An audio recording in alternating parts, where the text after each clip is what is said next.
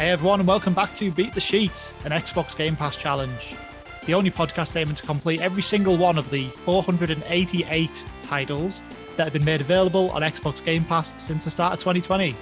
As always, I'm your host Andy Wood, and I'm joined by my co-host Josh. Hello, I am Josh, or maybe I'm now just known as Bethesda. Everything's Bethesda now, and everything is Bethesda this week. So, on this week's show, we're going to be tossing a coin to our Witcher, and with almost all of Bethesda joining Game Pass this week, we rank Rage and 25 more memorable Bethesda games to determine which is the best Bethesda game to spend your time with. Oh, old Rage, what a crock of crap. Spoilers, but oh god. Yeah, you know, I think Rage is it's not in for a good run on this list, but we'll get to it later. So, how are you doing this week, Josh? I'm doing okay. I've just been living the life of the Doom Marine for the past 3 days as all of Doom basically came to Game Pass. And I've played a lot of classic Doom before, but I hadn't played every single map in classic Doom. So I've just been blasting through them just to re-familiarize myself with it. And now everything is too slow. I don't move fast enough. The world doesn't move fast enough. I don't have a shotgun. I can shoot at people who are in my way. All these things which Doom teaches you are good things I don't have in the real world, which is very sad. But yeah, what can you do? No, that's fair. I mean, I've been walking into some walls in my house today, and you know, I don't even make a weird grunting noise when I do it. It's all wrong. You know, why am I not walking around going Like that's what you're meant to do. But you know, yeah, I mean, it's been the same over here. This has been just a rush of a last few days, really. You know, big Bethesda drop, ton of stuff coming to Game Pass, which we'll be getting to very soon. And yeah, just been racing around, trying to put bits of time into lots of games. You know, some I've played before, some I haven't. And yeah, I mean, gotta say, Quick Resume has been the MVP of the week for me, because I've been ducking in and around about 6 different Bethesda games and also Football Manager because I can't stop. And yeah, that thing is just picking me right up in the middle of exactly where I was across all these different games. That's saved me some time for sure. So yeah, been a busy week, but a good one. Busy week, lots to talk about. Shall we get into it? Yep, let's do it. Okay, well, we have had 12 new additions to the Xbox Game Pass service this week, and they are Dishonored Definitive Edition, Doom 93, Doom 2, Doom 3, Doom 64, The Elder Scrolls 3, Morrowind, The Elder Scrolls 4, Oblivion, The Evil Within, Fallout 4, Prey, Wolfenstein The New Order, and Wolfenstein The Old Blood. Well, that's a lot of Bethesda games. Yeah, that is a hell of a lot of Bethesda games. I mean, wow. It's yeah, I mean, big week for Game Pass. It's been a weird one for us, I think, because you know, we've been doing this show a while now, nearly a year, and you kind of settle into the pattern of how a week of Game Pass goes. You know, almost every week you hear on Tuesday about the new games, and then they come in on Thursday, and you know, you've got some prep time there. You can kind of plan what you're going to do. Whereas obviously this week we basically had absolutely no news at all. It looked like there was going to be no games, because they were still waiting for this Bethesda deal to come through and they couldn't talk before it was finished. And then, yeah, I mean, to just unleash this like just army of games hours, it's, I mean, it's good. It's impressive. It's great for Game Pass people who aren't trying to beat everything and cover everything in 1 week. But yeah, crazy week. Crazy week of games. I mean, these 12 games were added to the 8 which are already here. So the Game Pass accounts are billing it as 20 new games. And there are 20 Bethesda games now in Game Pass. There's only a few which have bizarrely just not made the cut. I don't quite know why. There's like 5 or 6 games which haven't. And we will be reviewing all of these games. But we're not just going to review these 12. We're going to review every damn Bethesda game which will come to Game Pass and rank them in order of what you should play first. Because we don't do things by half or beat the sheet. No, we have a complete lack of respect for our own free time. That's the core tenet of this show. So yeah, we'll be ranking all of those. As you said, there's a few games that are going to be on that list that are not yet in Game Pass, but they're going to be on their way. You know, it's weird that they're not already there. Some of them have already been in Game Pass and only left a few months ago. So yeah, they'll be in now on the way soon, I'm sure. Yeah, it's very exciting stuff, but we're not going to do that right now because that's going to take a while. Instead, we're going to park new additions for now and move on to our Leaving Soon title, and we'll catch back up with Bethesda in a little while.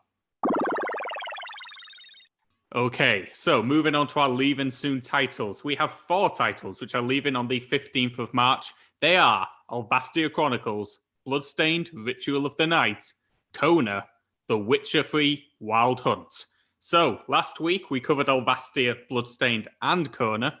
Do check out last week's episode if you want our thoughts on them. I think we can summarize them as play Bloodstained, marvel at whatever the heck Alvastia Chronicles is, and maybe laugh at Kona. But, yeah, fair enough. That's about it. But check out last week's show for that good stuff. This week, though, it's the big boy. It's the big one. It's The Witcher 3, Wild Hunt. Now, have we managed to complete this game? No, of course we haven't. It's bloody huge. It's giant. But we've both put about 45 hours into this title now. So we are more than comfortable saying we've got a pretty good gist of what this title is. So how do you begin reckoning with this one, Andy? This is one of the biggest games of the last console generation, beloved by pretty much everybody. Are you on board with that sort of fervent praise? I am for the most part, I would say. I think I can see why The Witcher 3 gets mentioned when people are talking about, best games of last generation, even best games of the last decade and stuff. It certainly has a role in those conversations. This is good stuff. This for a game that's actually getting on a bit as well now. I mean, Witcher 3, I believe, came out initially in 2015, or am I going too far back? Yeah, 2015. Like, I mean, this thing's had some updates, but believe me, this doesn't play like a 2015 game. This is, this handles and feels like an open world game that came out in the last year or two. There's nothing about it that screams 5 or 6 years old. Whereas, you go and play. I mean, the only examples I can think of is stuff from Ubisoft, of course. But you go and play one of the Ubisoft games from 6 years ago, like an older Assassin's Creed or an earlier Far Cry, and I mean, Witcher just blows them out of the water, right? I mean, still today. So yeah, back then this was leagues ahead of anything else around it. Oh, you compare this to an Assassin's Creed game of its time, like Unity, I think, came out at this sort of time, the Assassin's Creed in London. And that game just was reckoning with new hardware and struggling to make it work. And it wasn't particularly enjoyable, whereas this game just feels so fully formed. Just such a confident step into what was at that time still a fairly new console generation. It's a borderline miracle of a video game. It's one of those video games similar to Red Dead Redemption 2 where you don't quite know how it works, how it's all pieced together. You know it's just code and numbers, but it almost feels fairly aptly like there's some serious witchcraft on the go here in The Witcher 3 because it's kind of special. Yeah, no, it absolutely is. I mean, this is just one of those games where, we rag on Ubisoft a lot on this show, and you in particular. And, a lot of that is because, Ubisoft make these big open world games, but it all feels very paint by numbers, like you run into side quests in an Assassin's Creed game that just feel generic and don't really feel like they have much of an impact on anything else in the game. They feel like they were made by some guy working on his own outside of the main team or something.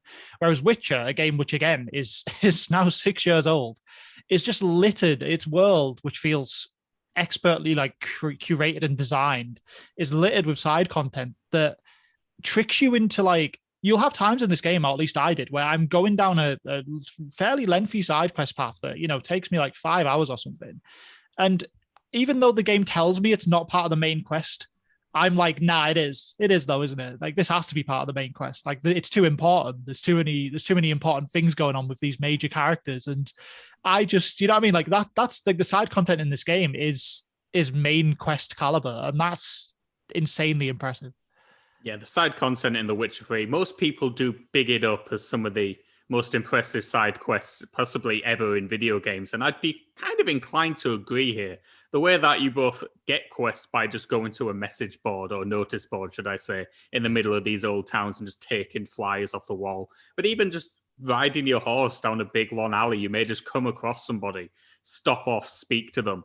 The quest may last all of 5 minutes, but years, or well, feels like years down the line, hours down the line, it comes back in a way that you would never expect it to. The side quest linger in this game longer than they do pretty much in any open world game, bar Red Dead Redemption 2 that I can think of. It's very good at this form of storytelling where things, you make a decision where you didn't even really think of it as a decision. It didn't even register as something you had to do, but you just made it. And then hours down the line, it comes back either to haunt you or to pay off in a surprising way. And it's very intricately done. It's very impressive. Not many games take the time to weave their side content in like this. Usually it's just go take over a giant outpost. And there's plenty of that. There's plenty of just go kill some bandit camps and go kill some monsters in here for those who love to tick off things off a big list. But the actual meat and potatoes side content is pretty damn impressive. Yeah, no, it absolutely is. I mean, it's just got like those different layers, right? You've got those kind of incidental side quests where, as you said, you go past someone on your horse and they're in trouble and you stop and you kind of deal with that. Or, you know, maybe you're in a big city and someone starts heckling you or something and you start a bit of a fight with them. And it's got those level of quests. But then there's also like, there's so much side content that is based around these really major characters. And like the game will very smartly like dole out that side content as you're dealing with the main quest line issue. You know, it'd be like you'll be in an actual conversation about the main quest line, which, you know, it doesn't really spoil anything to say most of the main quest line in this game is Geralt looking for Ciri. So, you know, you're dealing with that. And then while you're doing that, the characters you're talking to will, you know, they'll just naturally segue into like something they need or something that would help you on that journey. And then you just start doing what is effectively side content. And it's just very, very cleverly done because it feels essential, even though, you know, the game tells me it's side content. So technically I can just drop all that stuff and proceed with the main quest line, but it just doesn't feel right to do that. And that's really, really well done. Yeah, the writing as well to get to those points. And it's The Witcher 3 is a wonderfully written game, and we'll speak about that in a second. But the way that they actually build the writing into getting those side quests, the way that conversations in this game never feel awkward and janky because you're choosing choices, you're choosing decisions to talk about. And yet it never feels like you hit a juddering end and you have to loop back to the end of it. They do a fantastic job of writing in little cues to get back to where you were and to move things back to where it was. And most games don't even try to do this. They don't even deem it worthy. You just have a big list of questions and you ask them with no care at all for what the other person said. The Witcher 3, it doesn't even matter which option you pick it in, it seems to always know how to get it back to where it should be. And it's brilliant. I don't really know how they do it. It's not like playing, I know I always rag on Mass Effect games, but those conversations just judder to a halt every single time you check a text box and you just go back to the start like Shepard has like brain damage or something. Geralt talks like a real person and the people he's conversing with talk like real people.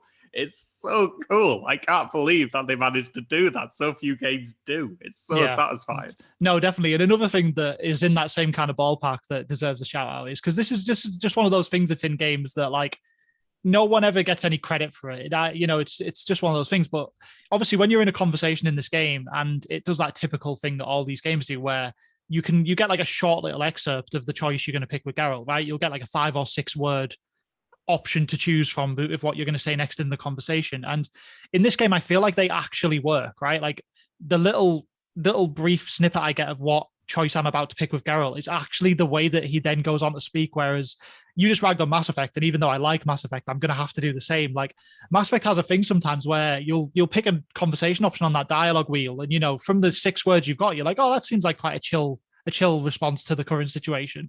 And then your character will just start kicking off shouting. And you're like, that wasn't my intention. I didn't want that. Like the little text at the bottom has tricked me into picking an angle I didn't want to go down here. And Witcher never does that. And it's just one of those kind of things where I feel like it's in every game, but people only notice it if it goes wrong. Whereas in this game, it doesn't. It works perfectly every time. And even that deserves praise.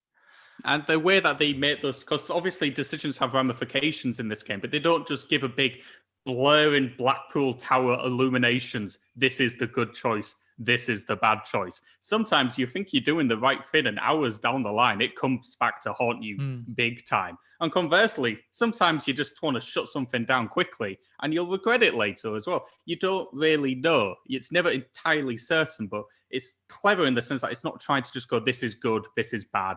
This is how we get to this point. I like that in games. It reminds me of possibly my favorite conversational system in video games, which is in Alpha Protocol of all titles. What a game. I know, which had a fantastic conversation tree where you just answered things by cautious or angry or aggressive. You had no idea what they were going to say. It was all, you didn't know what was going to be good or bad. You had to read how the character would react to it. You had to think of how that character would react to what your emotion you're pushing on them. And The Witcher kind of does that as well. Some people will react badly to you mocking them or being sarcastic to them. Some people won't. It's like you don't know until you try it, and it's very satisfying. It feels very organic. You don't feel like I'm just playing the good guy. You're playing an actual person who's trying to read people, and it's really good at it. It's so much fun. And you have options to use mind control in this game to get an option that you want, and sometimes it'll just backfire. I did it at the worst possible time in a quest, and then you go, he's trying to trick his mind, and I was, oh god, and it just went horrifically wrong. And I love that. I didn't think that would happen. Yeah, I've got an entry in my kind of when I was writing up some notes on this game, I've got something down for that because I did the same thing, and the game made me feel like an idiot because I was an idiot. I tried to mind control someone, but there's like 10 other people in the room, so they all just went, he's trying to do that. And then they all just tried to fight me. And I had to kill every single person because I'd completely screwed it. And even when it's done, the other characters are like, well, why would you do that? That was obviously not going to work. And you just, you were a big stupid idiot because you just were, and you just have to deal with it. The game doesn't nurse you back to a good outcome like a lot of games might do. It leans into it. It's like, well, you've screwed this up and now you're in a big fight that you can't avoid because, you made a bad choice. And yeah, that's great. That's what I want. And this is the difference between this kind of game and most role-playing games. Role-playing games can have a tendency to just try to push you back onto the path it wants you to. The Witcher 3 is happy for you to just cock everything up and to laugh at you for doing it. You very much feel the part of the role. You feel like everything you do has consequences. It helps the fact that this game is sublimely written. The dialogue just sings. Every single character is amusing to converse with. Some people are total pricks. Some people are very over the top kind of romantic. There's just so many weird different characters who just come in and out. There's love interests who are very well written, to be fair, even if they are sexualized to the very highest possible degree. But it's a fantasy game, what do you expect? It thinks it's Game of Thrones. I mean, but it's enjoyable and the dialogue is fun. And the story itself, which is something neither of us, I don't think, had played The Witcher 1 or 2. So we're coming into this story completely cold. But I picked up on it pretty quickly. You're playing as a dude who wants to find his basically adopted daughter. That's it. And off you go into this world to try to discover where she's gone and what's happened to her. And you're going to do that by talking to a load of absolute assholes while a war is going on in the background and there's ice ghosts happening. And it's really cool. Yeah, no, that's fair. I mean, to stay on that note for a bit, I mean, so obviously we've spoke at length there about how fantastically written this game is, the side content's fantastic, etc. I do have some bones to pick with that main quest line. If you completely whittle away all that fantastic side content, I do feel like the main quest line of The Witcher 3 does feel a little simple and low stakes might be the wrong word because there's a lot going on with the ice ghosts and the war, but you kind of spend 3/4 of the main quest line in this game just going to different towns to see if they've seen your kind of adopted daughter, basically. And for a game that's this big and grand in scope, that's a weirdly kind of, I don't know, anticlimactic main quest line, I would say. And so I do have some issues with that, but again, the side content more than makes up for it. And then following on from that again, I do think another issue I have with The Witcher 3 is that even though you'll pick up on the big picture kind of broad strokes of what's going on, this game does, I mean, I guess in many ways it's to the credit of the game, but this game does not pretend to help you understand Witcher 3 if you didn't play the first 2 games, really. This is littered with characters that all already know Geralt. You've already dealt with them in 2 full games. And those are games that sold far less copies than The Witcher 3. So the vast majority of The Witcher 3's audience have not experienced that content yet. And I don't know, if you're the kind of person who gets frustrated by, just not understanding every detail of what's happening, this game will annoy you because every 5 minutes Geralt is talking to someone about some huge event or some time that he fought a king or something, and you don't know anything about it. You just don't. And there's love interests that he clearly has a history across 2 games with, and you also didn't do that. So I don't know. It's quite easy to get lost in all of that stuff unless you commit to playing the older games, which have aged a bit now. or maybe you just watch a hell of a lot of YouTube recaps because, yeah, it's a very, very busy game with a lot of characters, which is a strength, but also, if you're coming in fresh, it can catch you off guard. Yeah, I agree with you to an extent on that. I will say that the stakes of the game, I disagree with you on that one, because what the game does very well is it makes it very clear that this person he's hunting for is the world to him. And there's no higher stakes than that. It doesn't matter if the world's ending or not. His world would end if something happens to this person. And that is enough to drive a narrative forward. We don't need a giant meteorite hitting the planet as well to supersize it all. I think it's fairly grounded for something which is very big. The game and the world is huge, and yet the story it's telling is small and intricate. And I like that. I will say I completely agree with you that it doesn't give you much to go on from the past. It really does just throw you in cold. You are living in hope that you're going to be able to pick up on what these sort of alliances were and where people stand and where they were before. And you get it to an extent. I'm never lost in these relationships. I know where they stand with each other. And yet I don't fully understand the depths of it at times. It's credit to the voice acting, which is sublime throughout, particularly for the lead character who plays Geralt. He's wonderful, and his voice is fantastic. But I pick up on how these people feel about each other.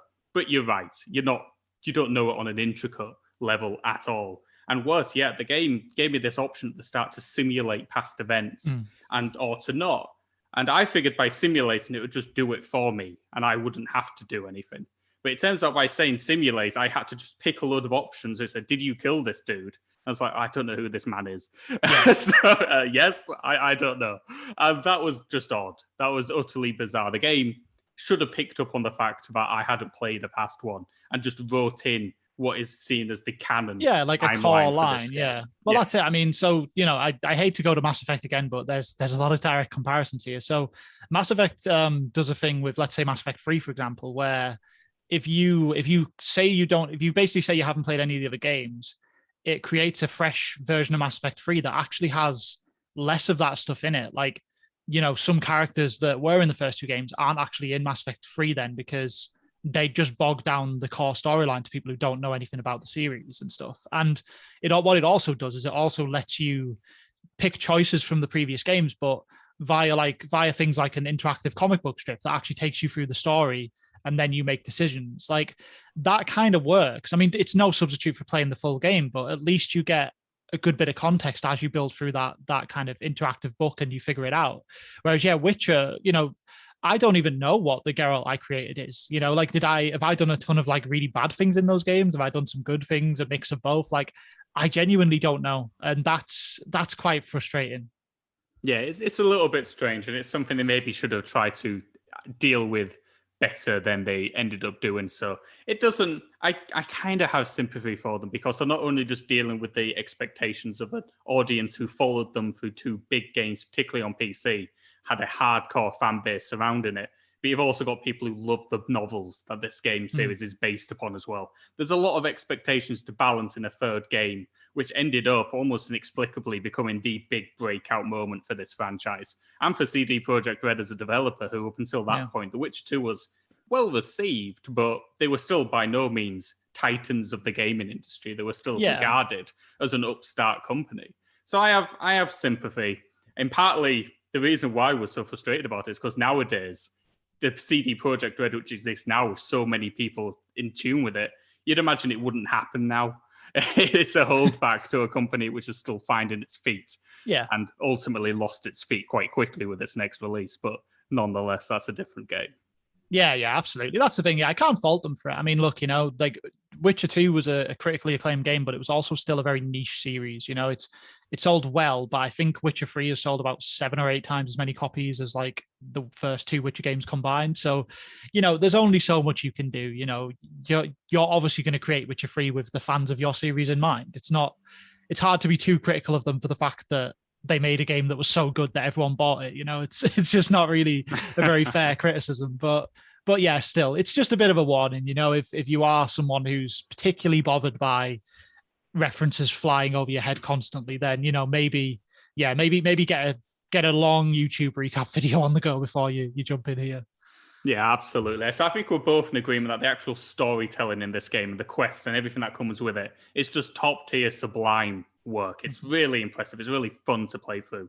Let's talk a little bit on the quest design itself, because they are fairly varied, I would say, on the whole. There's an element of an overuse. One of his powers is these Witcher senses, which is equivalent to the eagle eye ability, say, in like an Assassin's Creed, where useful things are highlighted red and everything else is yellow.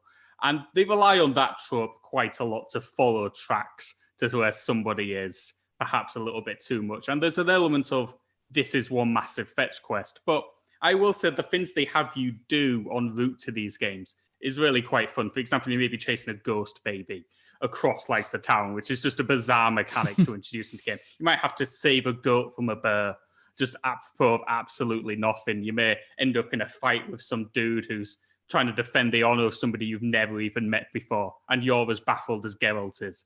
The way they actually write these quests is so satisfying to make up for occasional times where it trips into repetition.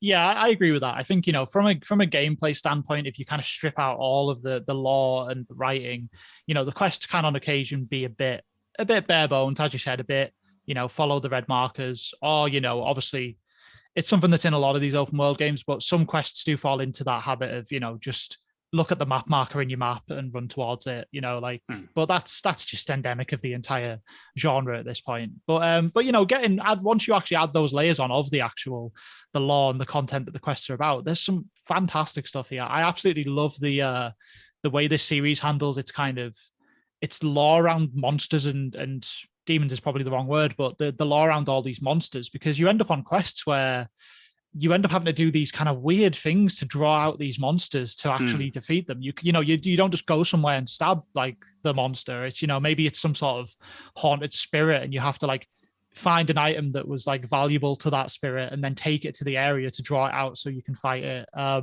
There's a great one later on where there's like a spirit that attaches itself to people who feel intense guilt, and you have a few different angles you can go down, but what the angle I went for is you basically trick it into thinking that Geralt's just done something horrendous. So it saps onto him instead. And then you show it that you've actually tricked it and you didn't do that awful thing. And then it has to leave because it's kind of left its initial host, stuff like that is so cool. Like I feel like if you were like into stuff like kind of paranormal stuff, you genuinely would just enjoy going around the Witcher world, just learning about its monsters and how to defeat them. It's all really, really clever. And it's something that you just don't see in these other big open world games. Yeah, I'd say at times The Witcher 3 almost feels like it wants to be a detective game. Yeah. Like it doesn't really want to be a swords and monsters slash and whip. It wants you to be studying tracks and studying patterns and reading your bestiary to understand what this monster is weak to and what things you need to craft to it. It almost becomes like a Monster Hunter title with a big dollop of investigation on it. It's really strange mix, but when these contracts come together, as they do with, say, like the spirits and the ghosts, or when you have to lure a big bastard griffin out of a cave or something by lobbing a bomb at it, it's really quite fun. It's really quite cool. I mean, you need to chase it across the map and bring it down and hack it to pieces. It's kind of different. I didn't expect that from the game. These contracts, which you can pick up to just play the role of a Witcher, which is to be the dude who's happy to slash up monsters because nobody else wants to do it, is really fun. And you get to haggle your price. I always make people pay more because I'm a Witcher and that's what I do. And it's really satisfying. It's really quite a fun little mechanic and a loop to go through. And there's a load of these. And you can completely ignore them if you wanted to. The main quest doesn't actually have you doing a lot of it. Occasionally, you'll have to do it for somebody to get information. But most of the time, this ridiculously deep and satisfying side content about hunting monsters which you may never come across otherwise, it's just all there hidden in the menus. And I just think that's so bold to have game design like this, where you don't even care if someone sees some of the coolest things you've designed. Yeah, well, that's it, isn't it? I mean, Witcher's just such a big game in that. I mean, I'm probably about 50 hours into this now, and I'm right at the end. I'm actually about to do this big climactic quest, so I'm pretty much done with the game. But if I wasn't kind of working on a bit of a deadline with The Witcher, and if I wasn't trying to beat 488 games in Game Pass, like that 50 hours could have been spent in near enough the first town. Like I could have just been doing all these contracts and side quests, and I'd be having a great time. Like I think that's the thing of The Witcher. There's such a depth of content there that yeah, they can have the confidence to be like, we don't mind if people don't do the monster hunting, because there's about 10 games worth of other good content here anyway. So every player will naturally stumble upon enough of it to kind of have a good time. And it's just, it's Yeah.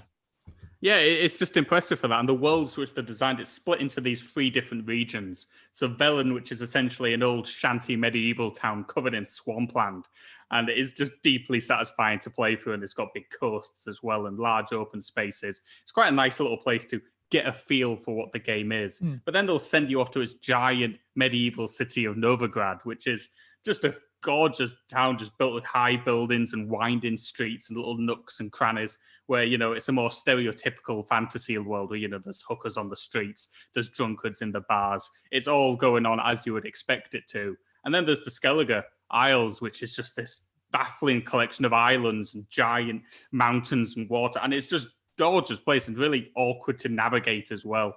And you got to sail around each one. But there's this beautiful variety to this world, despite the fact that it also feels thematically linked. I don't feel like I'm going to an entirely different place entirely. They still feel like of this world, but they're unique enough within themselves to be interesting to explore. You never get bored looking to see where this cave leads, for example, or this weird little side street, which you hadn't noticed before. It encourages you to follow it. And I think the actual world design is as good as its quest design. Yeah, I mean, I totally agree. I think they've done a great job of kind of having these distinct different areas you go to. Because I remember when I first actually loaded up this game, and obviously I'm coming into it a few years later, it had all this fanfare of being this, the gold standard of open world RPGs. And I remember seeing the kind of world map and how it only really had a few points on it that you went to in the game. It's all like Velen, Novigrad, Skellig. There's a couple of smaller ones that are just like little places you pop into for some quest content.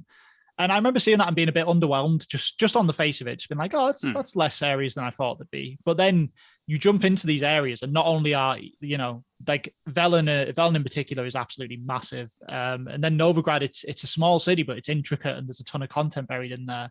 And then, as you said, Skellige is just this crazy Nordic kind of Viking landscape and stuff. And there's so much content buried into those 3 locations and so much variety that once I was actually playing, that kind of naive thought of, there's not as much here as I thought there was, completely vanished from my mind. There's absolutely enough content to sustain a massive RPG like this here. And I also think as well, the world building, I had my criticisms earlier of all the different characters and how it's difficult to really pick up what's happening in The Witcher because if you haven't played the earlier games. Like, I think the actual locations you go to and the kind of just the atmosphere and the kind of conversations you pick up from people as you're just walking around naturally, that all goes a long way towards helping ease that like burden. You do start to get a real feel for these locations and how people live in them. So even if you don't know what the events of The Witcher 2 was, and you made your Geralt kill a king because of some sentence at the start of the game that you didn't understand, once you're actually into these places, you do start to really feel more of a part of this game, even if you don't have that previous experience. Absolutely. I mean, we've barely even discussed of how this game actually plays, which says a lot about how much there is here. This is a very basic third-person action game, I would say. There's not a huge amount of depth to the combat. There's little intricacies, which I quite like. So the main bulk of the game, you'll just be swinging your sword, soft attacks and heavy attacks to try to take down enemies. But you do have a little range of slight magic powers, which you have as well. So you can shoot a bolt of a bit of flame at somebody. You can try and take control of an enemy to have them fight on your side. There's a telekinetic force to push them back. You can cast a shield. So there's little bits and bobs which you can add to rotate your fighting style. And each person you fight will probably have a different weakness to one of those signs which you're playing against. So you can try and tailor your combat to who you're fighting as well. Spirits, for example, you need to trap a lot of them in this little field where they'll be slowed down and weak for a moment, and you can absolutely slash the shit out of them. And it's very satisfying to do when it works. And there's also the mechanic where you can apply different oils to your sword to make it do heavier damage to certain types of enemy. That I care for less. I'd say the crafting in this game is incredibly deep. It's a deep and varied crafting system. I just don't care for crafting systems in games. Yeah, no, I agree with that. So yeah, I mean, starting off with the general combat then. I mean, I think this game does a really good job of its combat, considering again that it's one of these open world RPGs. It's not always the priority of what you're going to be doing, but yeah, you got some simple basic attacks. You've got your dodging. You can parry attacks, and if you time that well, you'll kind of attack back quickly with a counter. And then you've just got this very specific set of like magic skills. It's like playing as like a really specific medieval Jedi. You know, you've got some basic Jedi powers. You can like push someone away, as you said. You can set a trap on the ground. You can do some fire, and like one thing I really like is that I feel like anyone who chooses to play this game can build that character up differently. I mean, I've got a lot of my skill points put into the signs, so I use them a lot. But you could realistically just power up your basic sword attacks and kind of hack away at everyone, and I think you'd still be successful doing that. So I do like the actual combat when you're doing it. It's great, but I do agree that the kind of crafting system and the oil system around it, it's just a bit, you know, it's clearly there and there's clearly a lot of thought been put into it, but the game tries early on to kind of sell you on this idea of like, oh, you're going to go and fight this monster, so you'll be crafting this oil, so you do bonus damage to it, and it leads you to think that's going to be how you'll play the whole game. And in my experience, that was the last time I bothered to look into making any oil, because it's just tedious. I mean, you know, you go to the crafting screen, you see the ingredients you need. There's no real help towards where you're going to get those from. So, you know, you're just going to have to figure it out. And it's all this to do a bit of bonus damage to a monster. Like, I couldn't care less, to be honest. I'm not going to go and do all of that hassle when I can just fight a bit better. You know, I can just fight more carefully and defensively maybe instead. It's a lot of effort for not enough gain, I would say. And then leading off that as well, I just mentioned about how you've got this leveling up system. So you can put points into sword attacks or signs, and there's even some alchemy skills you can get, which I genuinely haven't opened that tab since the first half an hour of the game, because I ain't going to be getting alchemy skills. But I also think that skill tree has its problems as well. I think it seems like there's some really cool skills near the bottom of the tree, but I mean, I've put about 50 hours into this game, and I'm about to realistically finish the main quest line, and I have not reached anything remotely interesting in that skill tree yet. Like I'm just doing stuff like, oh, now your sword attacks do 5% more critical damage. You know, it's just nothing exciting, nothing that's setting the world alight. Whereas as you get further down it, maybe you get some really cool sign powers that make your magic attacks do more stuff. But yeah, so far, for the amount of time I've put in, I've been very underwhelmed by the kind of benefits that skill trees give me as well.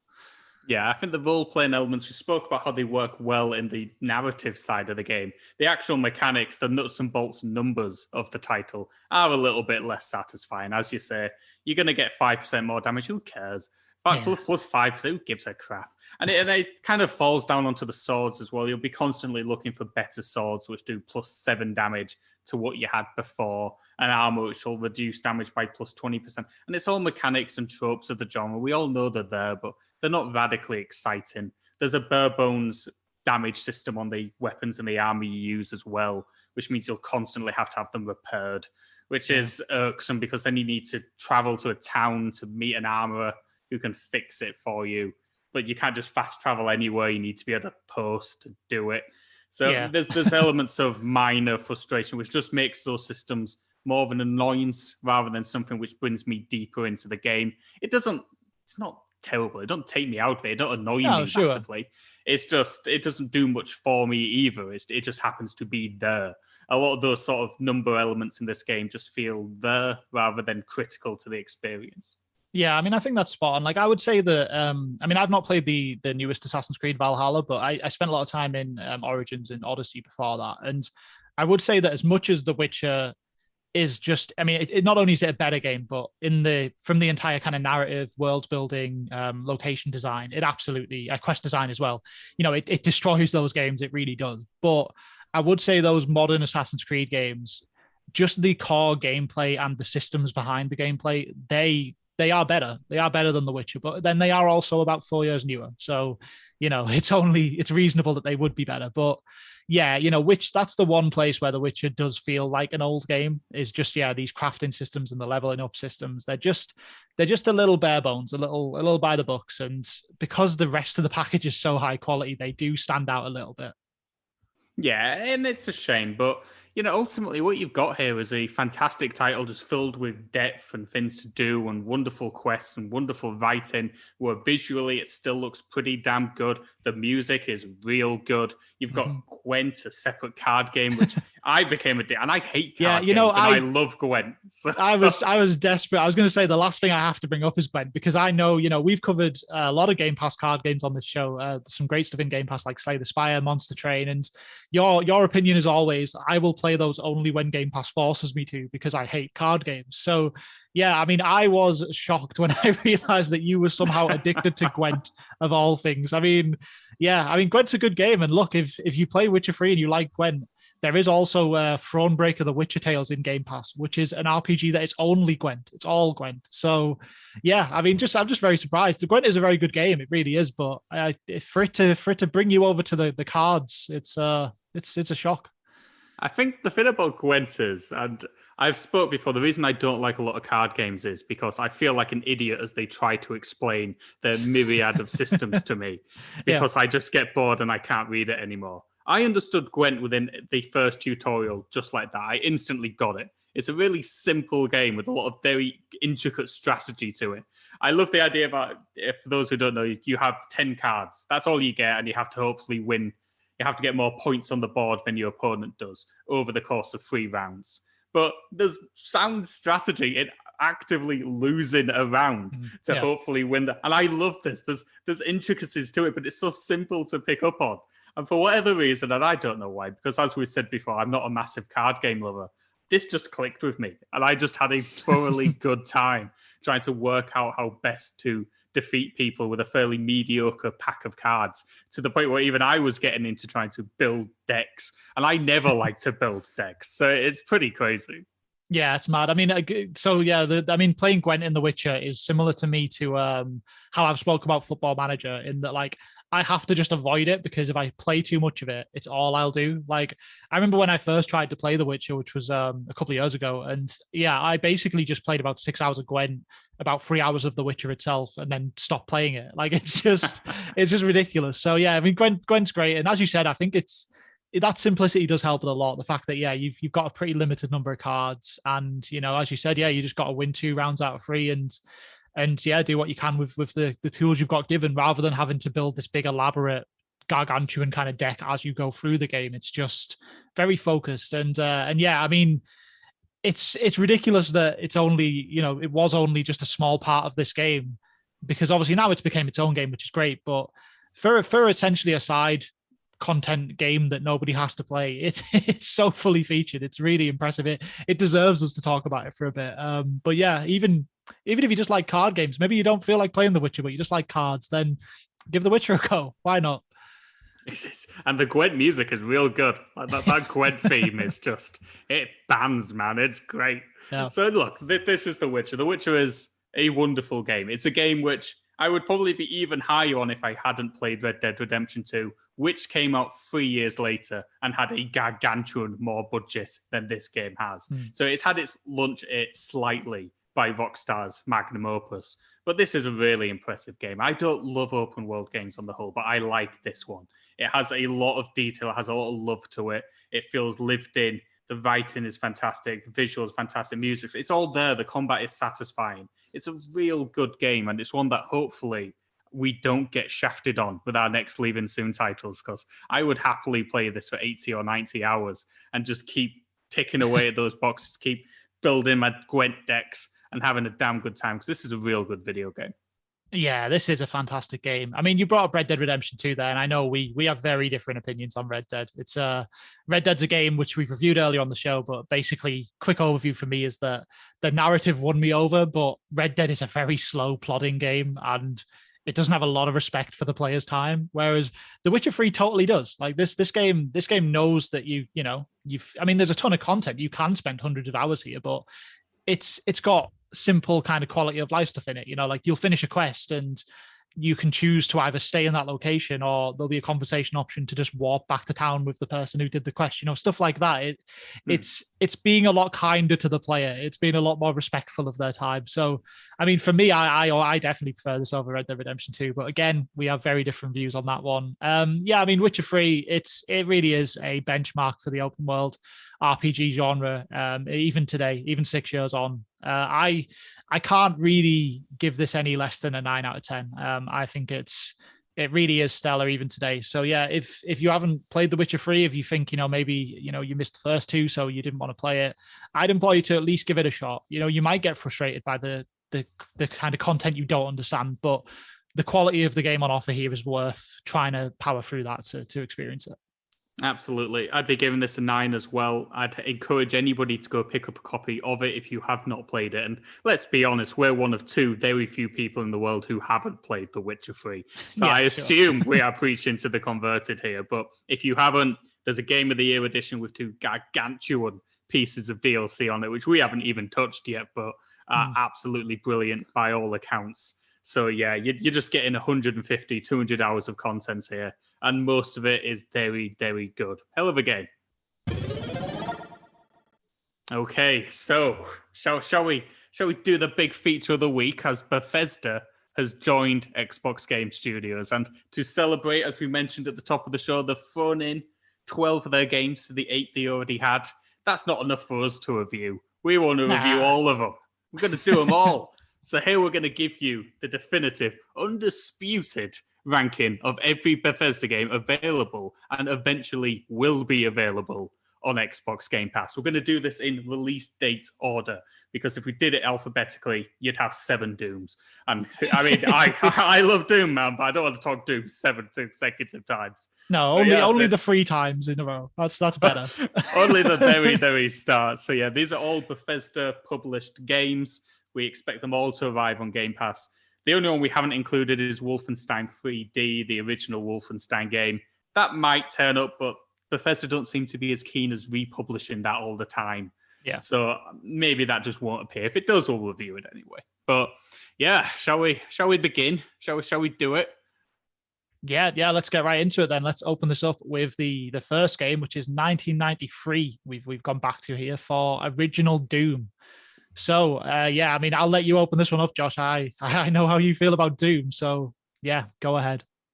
I mean, without trying to ruin this list from the very beginning, Doom is not just the best Bethesda game ever published. Doom might be one of the greatest games of all time.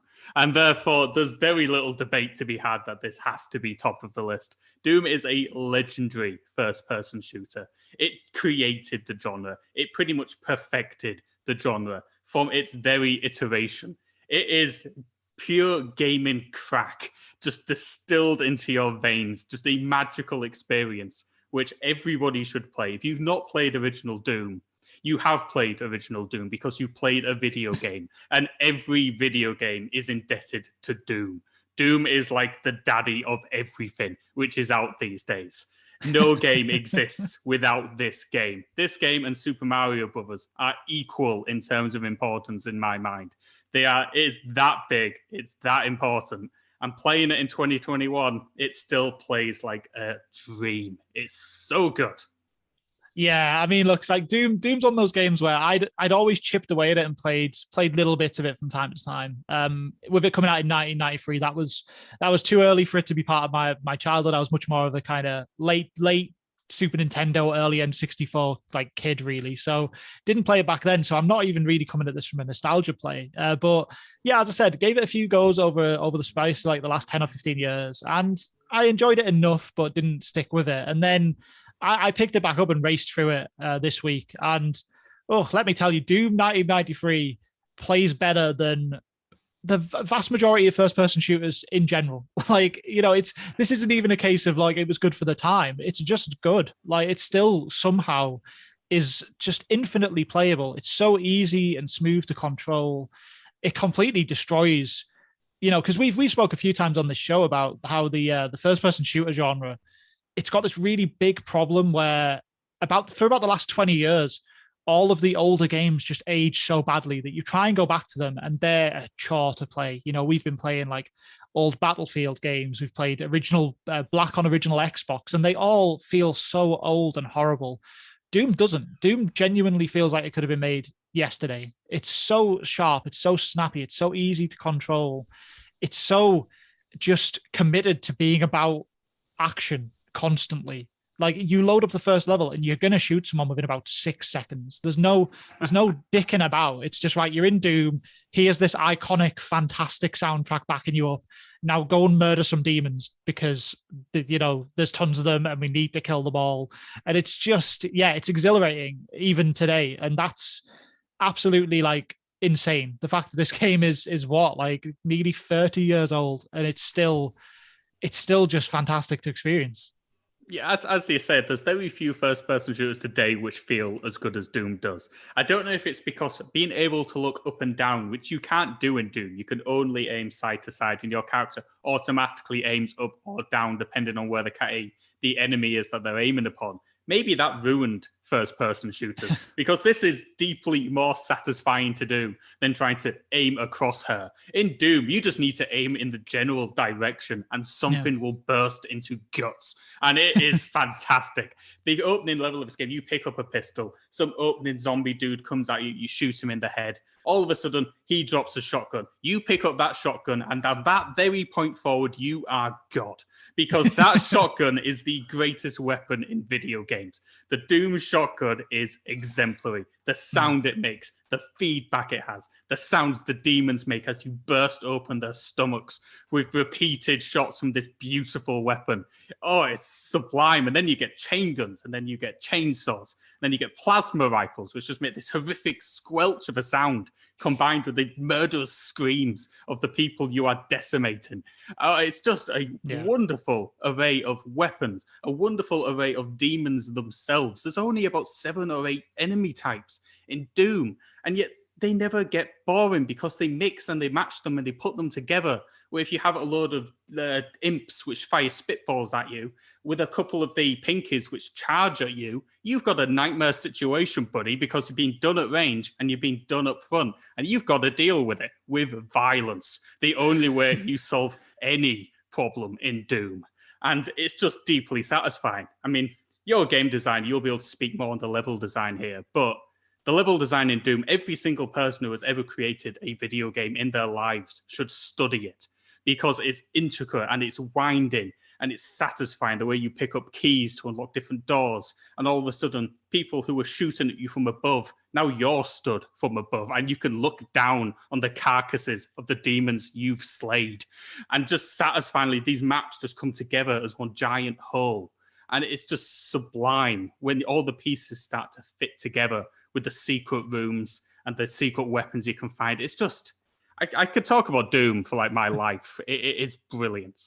Yeah, no, it is. I mean, right, going back to the level design for starters, as I said, I came at this fairly fresh recently because I'd fell off Doom a couple of times in the past. I was playing it when I was quite a lot younger and I just maybe didn't have the patience for it. And coming into this now, this level design is absolutely, it's still, like, as you said, it still should be a reference point to people making levels today. Like every level in original Doom, it's so compact and yet there's so much content buried in there. Like, right, like you start a new area and you're like, right, okay, I'm probably going to need to get some keys. They're going to open doors and then I'm going to go to the exit. Like that's every level in Doom, but it's so much more than that. Like the way that they set these levels up, they're ahead of the player. They're a few steps ahead of the player. They know which corridors you're going to go down. They know which order you're going to go around this map. They kind of, like they'll have you walking past some doors that need a blue key a few minutes before you get the blue key because they know that you then know to go back and go to that area and check it out. Like the levels are quite maze-like in places and quite, there's a lot of like twists and turns, but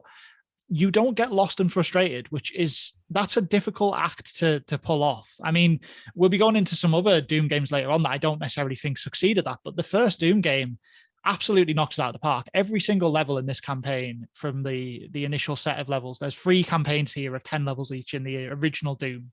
There is a bonus one as well, but those 3 campaigns, every level is just constant action, really fast paced, realistically, you won't be in a level for longer than 10 minutes in Doom. And every level can realistically be beaten in about 1.5 to 2 minutes if you know what you're doing. So it's constant speedy action. And yeah, it's just perfectly put together. And as you said with the enemy design as well, there's a limited amount of enemies, but they know how to tease those out through the game. You know, early on, like they do a really good job of introducing the enemies in a way where the first time you see a new enemy, you're like, oh Christ, what's this enemy? You know, like you see it as this big threat. And then by the end of the campaign, they're kind of using multiple copies of that enemy mixed in with a couple of other enemies to kind of create the kind of perfect like death box for you to walk into. And like you have to try and survive that room now. And the way they build that up is just really, really clever because you, like I said early on, you come into a room and there's this big beast there and you think this is going to be an epic battle. Like, am I going to survive this? And then by the end of the game, just through your own understanding of the game and your own skill improvements, it's just not the case anymore. You're running rings around that enemy to the point where you're now trying to fight 5 of him at the same time. And it's done so much better than the vast majority of modern shooters. It just absolutely is. And the movement speed of the character, a lot of people at first, when you're playing Doom, you think, God, this guy moves too fast. I can barely control him. By the time you've played enough Doom, you will hold the sprint button, which makes him move even faster all the time. Because Doom is never quick enough for you. Doom can never give you enough speed to murder. Doom can never throw enough people at you because you will just cut through them because you've become so in tune with what this game wants you to do. The fact that you'll pick up a key, you'll hear a door open in the background. You don't even need to turn around to know something is trying to get you and you're going to shoot it in its stupid face. And you will, and you'll love it. And then you'll leave and you'll see somebody else there and you'll shoot them in the face. And you'll look through a window and below you, you can see people you will eventually have to deal with. But you don't need to wait. You can shoot them now because Doom wants you to kill now. And you go and you do it. So you continue to do it. Doom never stops wanting you to murder. And Doom never stops wanting to murder you. And it's a beautiful marriage of evil and awfulness and soaring music, which sometimes goes into weird, plinky, plonky, almost fairy tale-esque sounds, which are complete odds to the murder which is happening around you.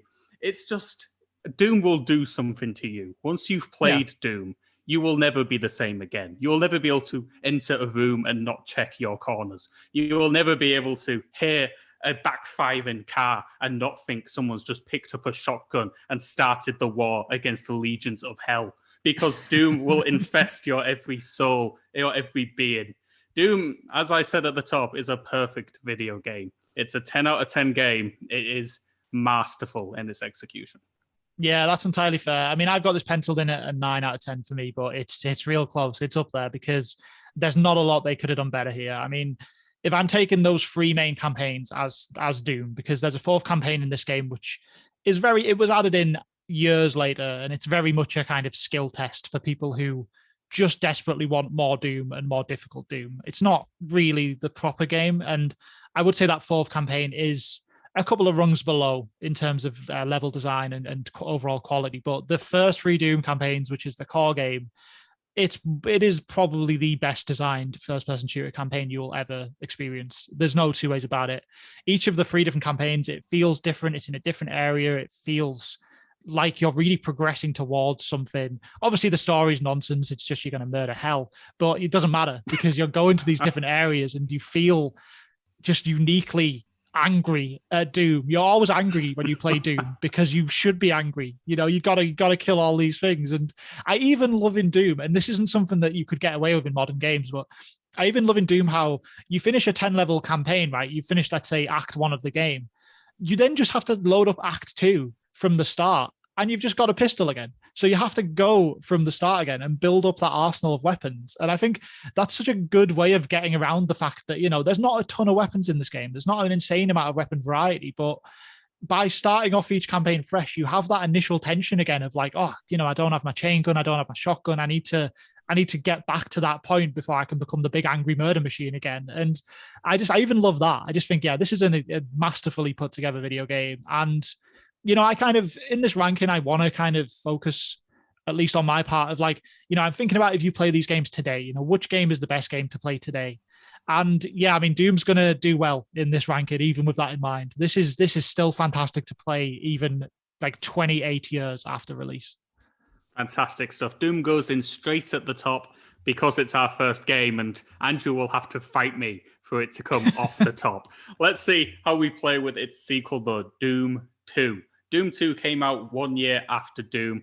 Essentially, Doom 2 is Doom, but bigger, and it really, really wants to kill you because the death boxes in this game are intense. There's new enemy types which are thrown in, which are hit you much harder than anything from the original game. Doom 2 is a much harder game. It's a much more obtuse game in many ways in terms of its level design. The mazes become proper maze-like. I still love Doom 2 because I love Doom. Doom is the core of Doom is still there, and it can never be taken away from it. No matter what you do to it, it's still Doom. But I will admit that Doom 2 is not as good as the pioneering original. Yeah, I quite like Doom 2 completely in spite of Doom 2. Like, I like this game because it controls like Doom, it looks like Doom, it's got a soundtrack like Doom. That's why I like Doom 2. What I don't like in Doom 2 is, start off right from the top. This game is clearly designed similarly to what I said about the fourth campaign in Doom 1. This is just designed as you've beat Doom, you want more evil, difficult Doom content. So here's Doom 2. Like, this game doesn't even pretend to be a game that a newcomer might pick up. Like, by like level 1, you're seeing the enemies that are in the final levels of original Doom. All the big horrifying monsters that were difficult at the end of that game. They're just in this right from the start. There's no messing around with that. And, they give you new weapons, to be fair. There's some cool new weapons in Doom 2. They do some good stuff like giving you a super shotgun, which does like much more damage but uses more bullets and stuff. So, you've got like things like that to balance out against the fact that you're seeing these giant enemies earlier. But I still can't get away from the fact that Doom 2, it doesn't have that masterful design of Doom 1. It's just a big, oh, you think you're good at Doom? Well, fuck you. Here's some really difficult Doom. That's basically what Doom 2 is. And I don't know. I think it struggles quite a bit with that. I actually wrapped this one up just today as well, and I think as you go through this game, the kind of way that you find the keys and stuff to unlock doors becomes just stupid. Frankly, it just becomes like they wanted to make it so like difficult and awkward that they've just made some really bad design decisions. Like, there'll be keys where you have to there'll be portals in this game that you go through, and 99% of the time, you'll go through the portal, and if you walk back into the portal, you'll end up at the starting point again. It's just a simple two-way system. This game will just randomly do things where the only way to get a key is to go through a portal and then go back through it, which will lead you to a third place that you had no way of knowing was there, and stuff like that. There was a puzzle late on where I walked around this map for 25 minutes trying to figure out how to finish it. Ended up going on YouTube, and I had to punch a wall.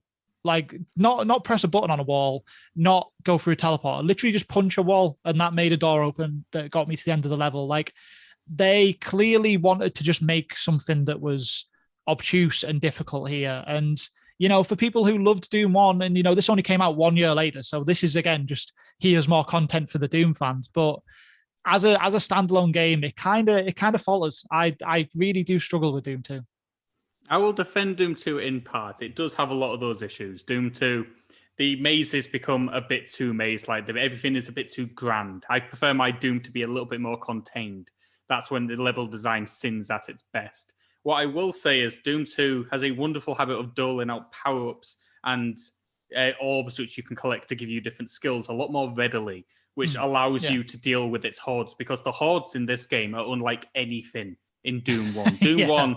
you may get 15 or 20 enemies at a time, which may seem like a lot, but in Doom, it really isn't. You can mow through 20 enemies. God damn it, you're Doom guy. You can mow through 20 enemies, come on. But in Doom 2, they'll throw 40 enemies at you from all different corners, coming everywhere. Some of them huge. I entered a room full of the Barons from Hell, which is one of the biggest ordinary ordinary enemy types in this game. There was about 15 of them. And you just have to just slaughter them all, but you've got like 3 invulnerability orbs to do it in. And it's deeply satisfying to just cut through them all. And then the orb fades away, the screen returns to color, and all you see is carcasses surrounding you. almost like you've blacked out and you don't know what you did. And Yeah, it's that's kind fair. of cool for that. It's fun for that. When that clicks, it clicks well. Doom Yeah. 2 also makes a lot more use of the speed of Doom. The actual maps allowing you sprinting around it a lot more, to sprint across gaps and to sprint into different portals, which if you were just walking at normal speed, you wouldn't cover the distance. Doom 2 is encouraging you to be at high octane, high angst at all times. It wants you to be that. Doom 2 assumes you like Doom 1. You've been irrevocably changed by Doom 1, and you just want even more of that anger, even more of that hate within you. And it does a good job of that. The level design, the keys finding, does hold it back. I don't like this game as much as Doom 1. Yeah. I just don't. Yeah, I mean, I would say there's that elements which work really damn well. Yeah, no, there totally is. I mean, as you said, the combat is still fantastic. There's some new enemies in this that add a real kind of fun new wrinkle to the game. There's this one kind of horrifying like skull monster thing, and if it starts like powering up some sort of lightning attack, and if it retains eye contact with you during that attack, it just zaps the shit out of you. You take a ton of damage, you get knocked backwards. So you have to actively try and like put a wall between you and him when he charges that attack up, or else it's going to hit you and stuff. And like enemy design, great. There's about 4 more enemies in this game than the original Doom, which might sound small, but again, Doom stretches its enemies through a lot of different scenarios and gets the most value out of them it possibly can. So that's all great. I think my really big issue is that if I look at Doom and Doom 2 next to each other, I think Doom 1 is a game where I probably spent about 90% of my playtime murdering things aggressively. And each level probably took me on average like 5 minutes, maybe, let's say, per level. You go to Doom 2, I think I'm probably spending about 40% of my time killing and the other 60 trying to decipher what the hell the level solution is, to the point where my average level time, especially in the second sort of 2/3 of the game, the first act wasn't too bad, but the second and third acts, I was starting to average about 20 minutes per level. And realistically, I was only fighting for a few of those minutes, and the rest of it was just trying to figure out which wall to punch or which portal to go in backwards. It's just, it just falters in that stuff. But, the core gameplay is still there and it is still good. So it's not that it's a bad game, but it's a drop off from Doom for sure. Yeah, if you want more Doom, you'll love Doom 2. If you weren't keen on Doom, and if you're not keen on Doom, why and how? But nonetheless, if you're not, this ain't going to do it for you either. It definitely goes in at second place. I don't even think it's a consideration to be had. God, no. I'd probably say for me it's a 7 or an 8, probably an 8, but I love Doom. I adore this series, so it's going to work more for me. That's fair. Yeah, so I said I wrapped up Doom 2 this morning. I've gave it a 6. I just think the level design really, really holds it back. But still, it's still above average. So yeah, second on the list at the moment, but we'll see how it does. Okay, moving on to number 3, which is Doom 64, which came out all the way back in 1997 for, unsurprisingly, the Nintendo 64. Now, Doom 64 is weird because this wasn't developed by id Software. This was developed by Midway Games. So this isn't old-fashioned Doom. This has its own little wrinkle on the formula. It's been brought up to 64-bit, even though it doesn't do much with it. It just makes the maps look slightly cleaner. I like Doom 64. I think it's a slight throwback in many ways. It's a weird little game that I didn't expect to enjoy, but there's enough little weird wrinkles on the formula to maybe work for me. Yeah, no, I kind of agree. I mean, Doom 64, this came out in 1997. So like that's at a point where, GoldenEye is just around the corner, like fully fledged 3D first person shooters, and, Ocarina of Time and stuff like that's coming out. So it's in the time of proper big 3D gaming. And yet it just stuck to its guns. Like Doom 64 looks like Doom and Doom 2. It looks a little bit cleaner, but nothing drastic. But yeah, it stuck to that style. It stuck to what Doom had been so far. And yeah, I really do quite like Doom 64. This is one I haven't finished. I've played about half of it so far. But yeah, I mean, you can tell this is a different team. It's got some different kind of ideas of what Doom can be. This is a game that, the kind of bombastic rock soundtrack, that's gone. That's been very much replaced by just a moody atmosphere. This game knows that everything around Doom should be scary. It's hell, it's demons, it's monsters. And this game, it still plays like Doom, but it's leaning a lot more into that. It's trying to be tense. It's trying to be unsettling at times. And I think it does a pretty good job of that. I think it succeeds quite a lot. It's largely a it's a slower paced game in terms of the level design, but you still have that trademark Doom speed. There's a click, you can click the thumbstick in this game to put auto run on and just run at mad Doom speed permanently, and you're probably going to do that because it's Doom. And it strikes a good balance. I think the level design is slower, but intentionally slower. It's not that obtuse level design of Doom 2. It's actually, they intended to make more sprawling levels here. And then when you are in combat, you've still got that typical fast-paced Doom combat. So yeah, I've got a lot of positives to say about Doom 64. Doom 64 is a damn good game. I mean, it retains so much of what is already there. You've got the shotgun, you've got the actual moment-to-moment gunplay. It makes the very correct decision to not have aiming on an axis. You will still just aim from side to side and it will automatically move up and down. Even though, as you say, GoldenEye was coming at the time, which was starting to change that a little bit.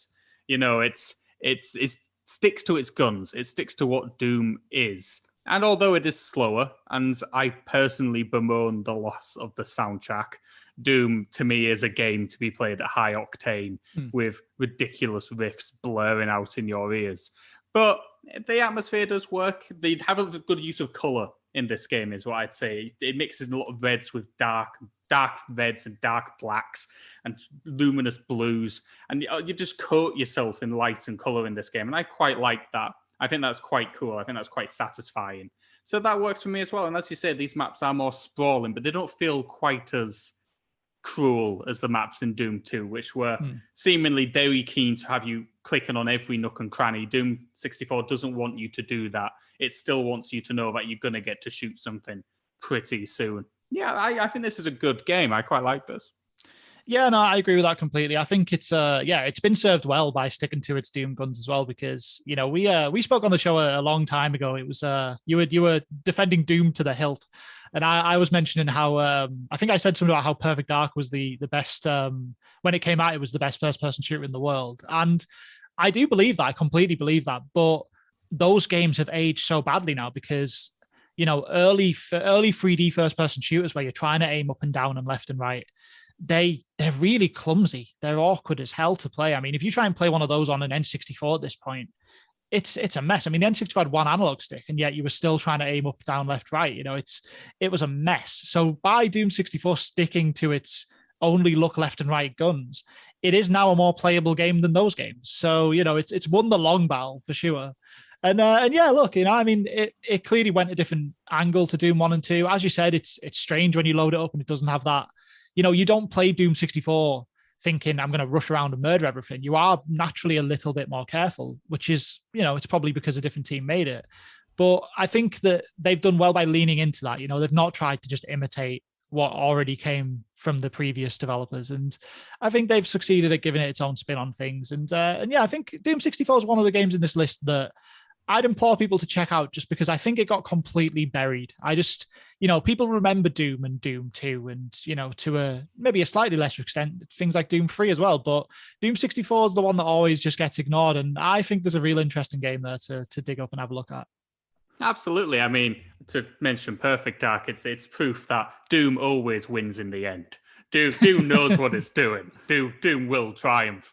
And yeah, 64 is the lost Doom game to many people. Yeah. A lot of people didn't get to play it because it was on the Nintendo 64, which is a strange console for a Doom game to be on. I think we can all agree on that. Yeah, though sure. It does not suffer any fools gladly. It's still Doom, it's still bloody, it's still gory. It doesn't strip any of that out. I was slightly worried it would do. It still feels like a Doom game. I like this just as much as Doom 2, but for different reasons. So I imagine you prefer this to Doom 2. So does that mean it goes in at number 2? Yeah, I'd like to see this at 2. I think Doom 2, I think Doom 2 is trying something that doesn't work with its difficulty. I think the obtuse design to the levels and stuff are a bit of a problem, whereas Doom 64 has similarly long levels, but it was intentionally made that way. I don't know. I just think it's a tighter package overall. So I'd like to see it at 2. Let's stick it in at number 2. So quick recap, we've got Doom at 1, Doom 64 at number 2, and Doom 2 at 3. I think we should just stop the list now. I think it's perfect as it is. But let's move on to our next title, coming out all the way back in 2002. It's one of the big ones. It's the Elder Scrolls 3 Morrowind. Now, anybody who is a long-term listener to this podcast knows I don't want to touch this with a barge pole for fear that its stench will infect itself on me. So I've left this solely to Andrew to judge, and he will pretty much put it in on his merits. I will say I want to rank this as the highest Elder Scrolls game because I think that would be funny. Well, I can't quite see that happening, but yeah, as you said, I mean, you're someone who doesn't even want to play Skyrim, so the idea that you'd be able to go back to 2002's Morrowind is, I mean, it's just not going to happen until it absolutely has to. I practically live for the day that the only game you have left on the sheet is the Elder Scrolls III Morrowind, and you just have to play it. I almost want to be there. I'll take a week off work and just sit next to you and just watch you try and play Morrowind. You're gonna hate it. But yeah, look, Morrowind is. So I got into the Elder Scrolls games with Oblivion, which was 4 years later than this. Came out in 2006, and Oblivion is a game that was way ahead of its time. We'll get to that later on. Now, Morrowind is a game where, to be honest, you load it up. I've played a few hours of this now, and I always wanted to give it a look because of Oblivion and Skyrim. And it's a game that is also very much ahead of its time. This game, considering it came out in 2002, it has a humongous world to explore, like NPCs everywhere giving out quests and just a ton of content, tons of stuff going on all the time. It also has weird... it has a complete lack of like help. It doesn't help the player at all. That's something that came in with Oblivion and stuck with the series in Skyrim. But those games have, stuff you expect from an RPG at this point, like a quest log where you can look at your quests and they'll put a marker on the map of where you need to go, and there'll be fast travel, stuff like that. Morrowind has none of that. Morrowind in many ways plays a bit like Shenmue. like you go, like someone will be like, oh yeah, before I can give you this information, I need you to go and get this thing from a cave. And then you'll ask him where the cave is, and he'll give you like the type of instructions that a human would have to give you, where he's like, right, you're going to go out the town to the south. When you get to this fork in the road, go left, climb the stairs, take a right, and then go straight through to that cave.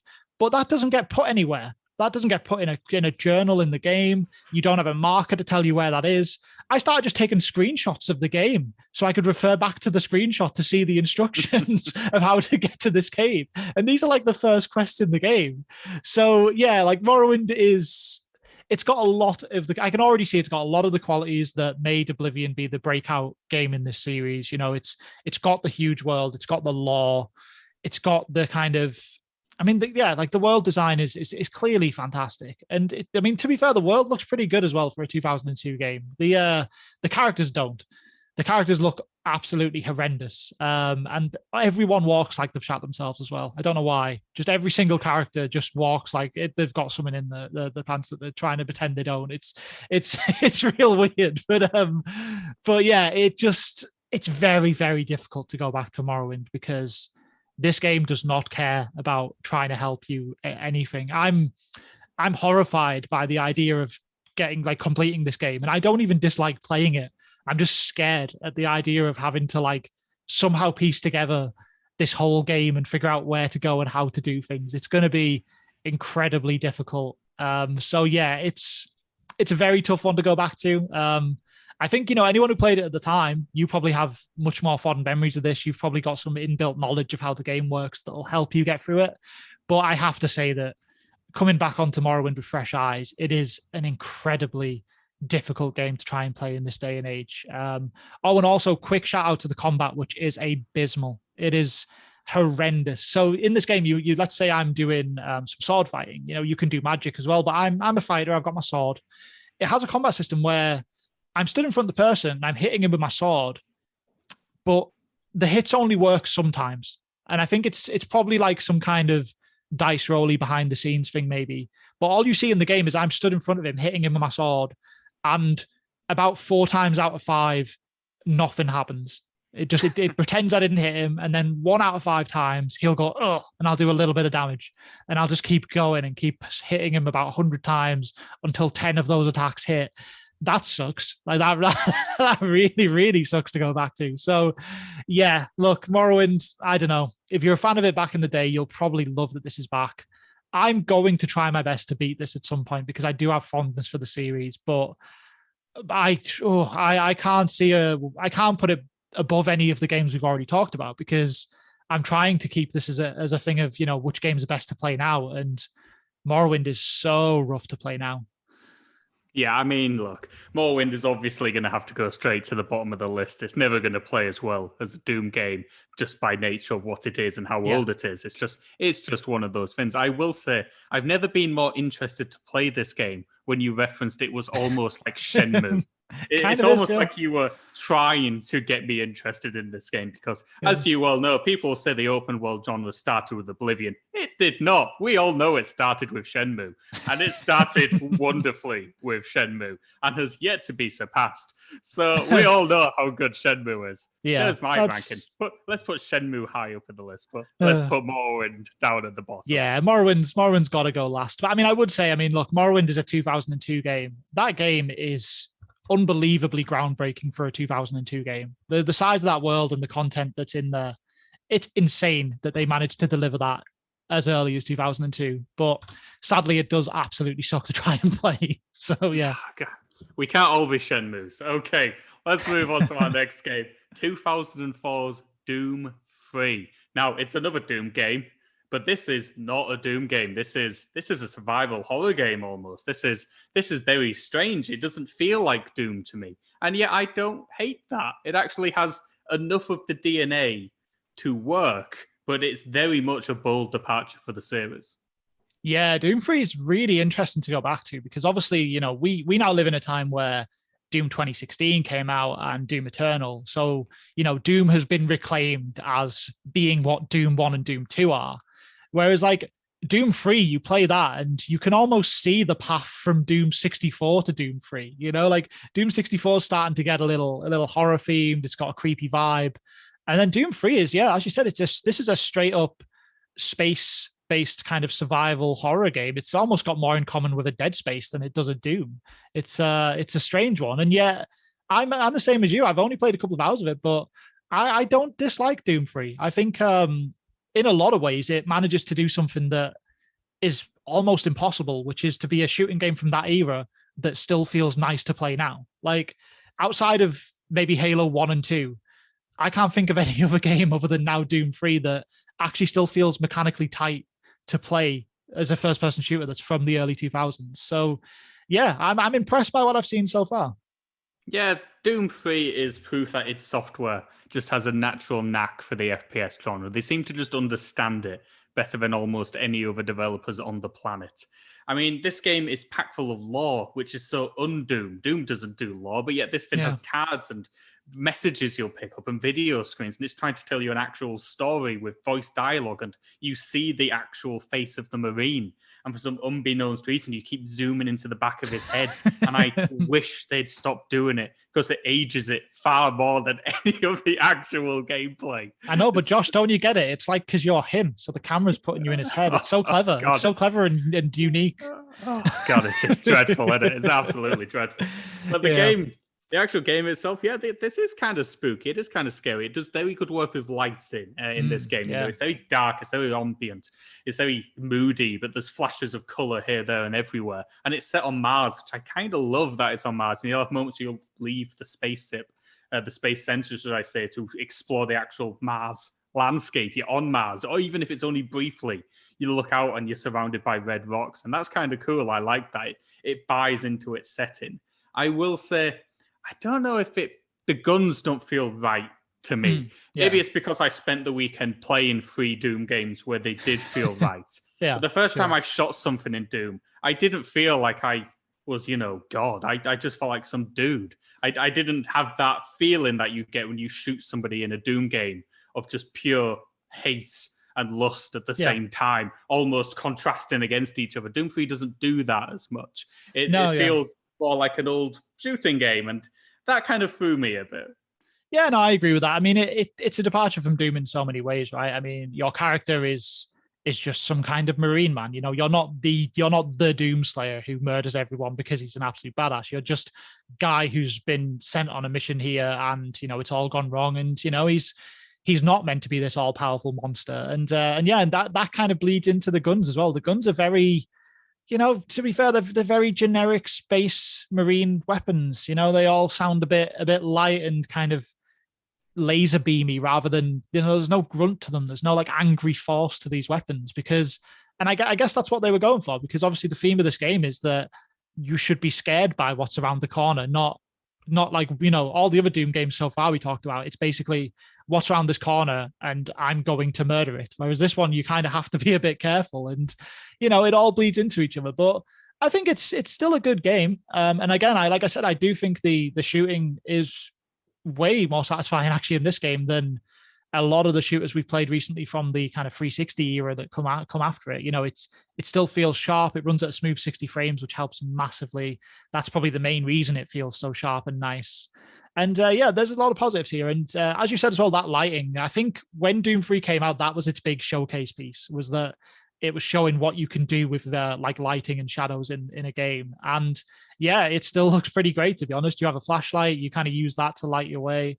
And yeah, light looks good, shadows look good, even now, like 16, 17 years later. So I think it's got a good, I think people should look back kindly on Doom 3, even though I'm very glad that it didn't continue to be the direction of Doom. I'm glad we got to Doom 2016 with, we brought back the anger and the rage to Doom, because that's what Doom is.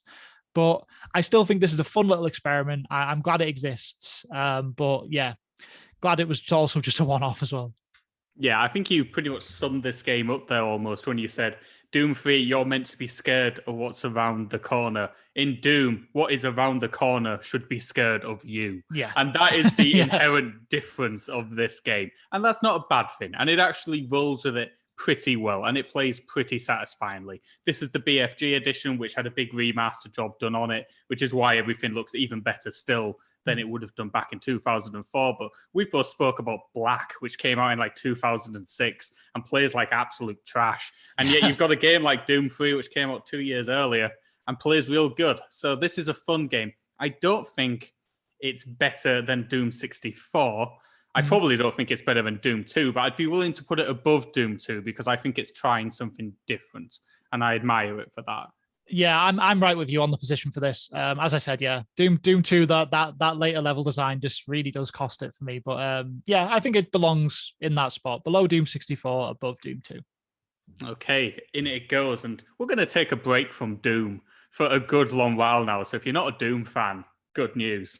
I hope you're an Elder Scrolls fan, though, because we're going straight into the next one of them. 2006 Elder Scrolls 4 Oblivion. Now, we talk about Doom being a pioneer of its field, and the Elder Scrolls 4 absolutely is. It took everything that Shenmue was trying to do and did better and made it slightly worse, but it is grand, it is huge. It's a very important title. I don't think anyone could take that away from this game. Yeah, Oblivion is an absolute monster of a game. It took, as I said, Morrowind was ahead of its time in 2002 with its giant world and its, just the overall size of the game, where Oblivion really started to be able to actually make more of that because, it had more power. It's an Xbox 360 title. The world's more fully realized. It's more varied. And also the main thing is just the quality of life stuff. This started to really take shape as a more mainstream RPG game. You can look up all your quests in a big log. You can put points on the map and map markers. You can fast travel between the big cities, of which there are many, something that's absolutely essential to do because walking from one end of the map to the other in Oblivion takes about half a day of real world time. This is an absolute monstrous game. And it's an absolutely incredible game. It really is. For its time, it was completely unrivaled. Some would argue at this point that Skyrim is the better entry point for the series. That's debatable. I mean, I think Skyrim has its strengths and its negatives. I think it's hard to really dissociate this from nostalgia. Oblivion was the one where I played it and I was like, my God, like I was floored by how big that game was. Whereas Skyrim, I'd already played Oblivion, so it didn't have the same impact. So it's tricky to say, if you were going back now, picking one of those up, which one do you go for? But yeah, what I will say for Oblivion is that I've played it again in the last couple of years. I've probably been through Oblivion about 4 times in total now, and it remains an entirely playable game. The whole thing, it still feels nice enough to control and move around. The world still feels detailed. The graphics are obviously starting to show their age. It's got other issues like they hired about 7 voice actors to voice about 5,000 people. So you hear the same people all the time to the point where it does become quite frustrating. It's got a couple of really funny voice issues in it, actually. I don't know if they ever cleaned them up, but like there's the odd random like rare conversation you can have with people in Oblivion where they accidentally left like a line in, so the character says something and then you hear someone say cut and then they have another go at the line. like stuff like, but that's just because there's about 10,000 lines of dialogue, it's on a scale that we just weren't seeing before Oblivion, and they absolutely nailed it. I think Oblivion is a game that everyone should go back to. Obviously, if you're not a fan of these big open world games, then maybe it's not for you. But if you've got any joy out of playing big open world RPGs in the last sort of 10 years, then yeah, do yourself a favor and do go back to Oblivion and give it a look. I think it's something really special. Yeah, I played a bit of Oblivion. Look, it's not my type of game. I'm not a huge fan of Bethesda's big open world RPGs. Never particularly have been. Didn't care for Skyrim. Played a few hours of this. Thought it was jankier than Skyrim because, of course, it's an older title. Though I appreciate its importance. I appreciate its relevance. I appreciate what it did to move open world games forward, even though a lot of what it introduced led on to the Ubisoft model. You can't blame it for that. You can't blame it for ruining video games for the best part of 10 years. That's not its fault. It's not its fault. It was very good at what it did. So I think this game should be high up because it's important. I don't think this plays as well in 2021 as Doom still does today. I just don't. I don't think it plays as well as any of the Doom games, but that's because I'm biased. So let's try and find a fair compromise as to where this game should go. Yeah, I can like the natural fit for me for this. I can accept that original Doom, it's still silky smooth to play. It doesn't feel old.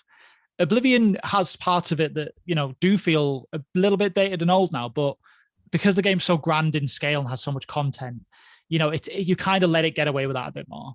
So, the natural fit for me would be sitting it just below Doom and above all of the other Dooms so far. I think, I think that's the natural fit. Doom 64 it's a good little Doom experiment and it's an enjoyable enough game to play. But, Oblivion, if you get into Oblivion, there's literally about 500 hours of good content buried in there. And as I said, it's got enough quality of life stuff and enough elements that help the player get through the game that you can still play it today. It's not frustrating like Morrowind is. So yeah, the natural place for me would have to be sitting second on this one. I'll bend to you on this one, even though I did dream of having Morrowind as the best Elder Scrolls game. I still think that would have been hilarious. But here we go. Let's put it in at number 2.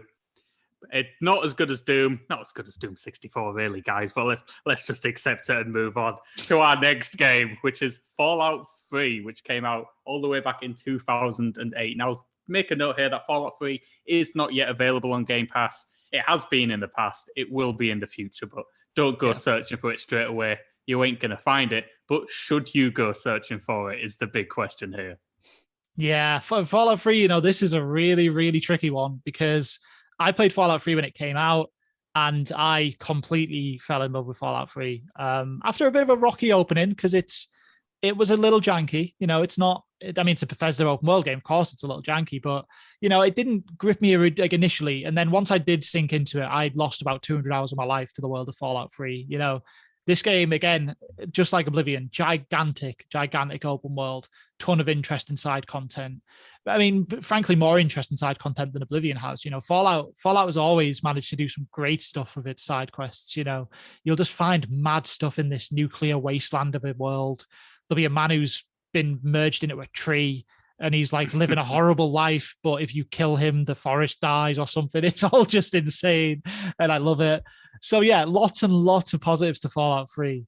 Now, the big tricky point here is that I think Fallout 3's aged real badly to the point where it actually kind of gets shown up by later games in the series. So I had an insanely fond memories of Fallout 3, but if I try and look at this as, you're a newcomer, which games do you play?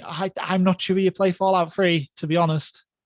Yeah, you're in a tricky position. I'm in an even trickier position because of the Elder Scrolls Fallout franchise. Fallout 3 is the only one I've ever really enjoyed.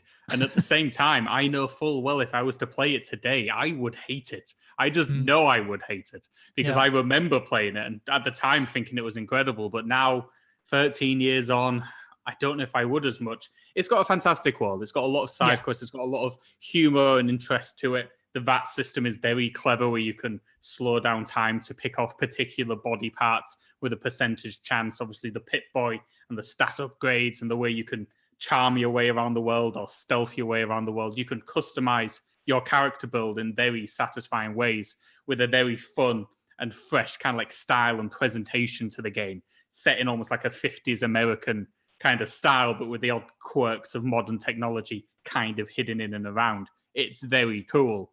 But is it still today that enjoyable? I mean, there were signs of jank in 2008 for Fallout 3. It didn't play perfectly. And I'll make a quick note as well that the original Fallout games were completely different titles to this. So this is a very much a completely new direction for the game. It was a new direction for the Fallout universe. Whether it's better or not, you'll have to argue with the fans of the old PC games, who are a very hardcore bunch. So good luck with that. But it's interesting. And I don't know where to place a game like Fallout 3. It's real tough. It's a good game to play. There's a lot to enjoy here. It has the worst overlooked final moment of a video game I've ever played, where you have to make a big heart-bending decision, despite the fact the very obvious answer is about 10 feet tall and has a weird face and is the obvious answer, and yet you can't do it, and it's ridiculous. But nonetheless, some things do get overlooked. To be fair, to give them a little bit of credit, not too much, but they did end up eventually fixing Fallout 3 so that you could make a choice that would let the game continue after the credits. But that happened like half a year after the game came out. Like, this game initially, again, massive open world, tons to do.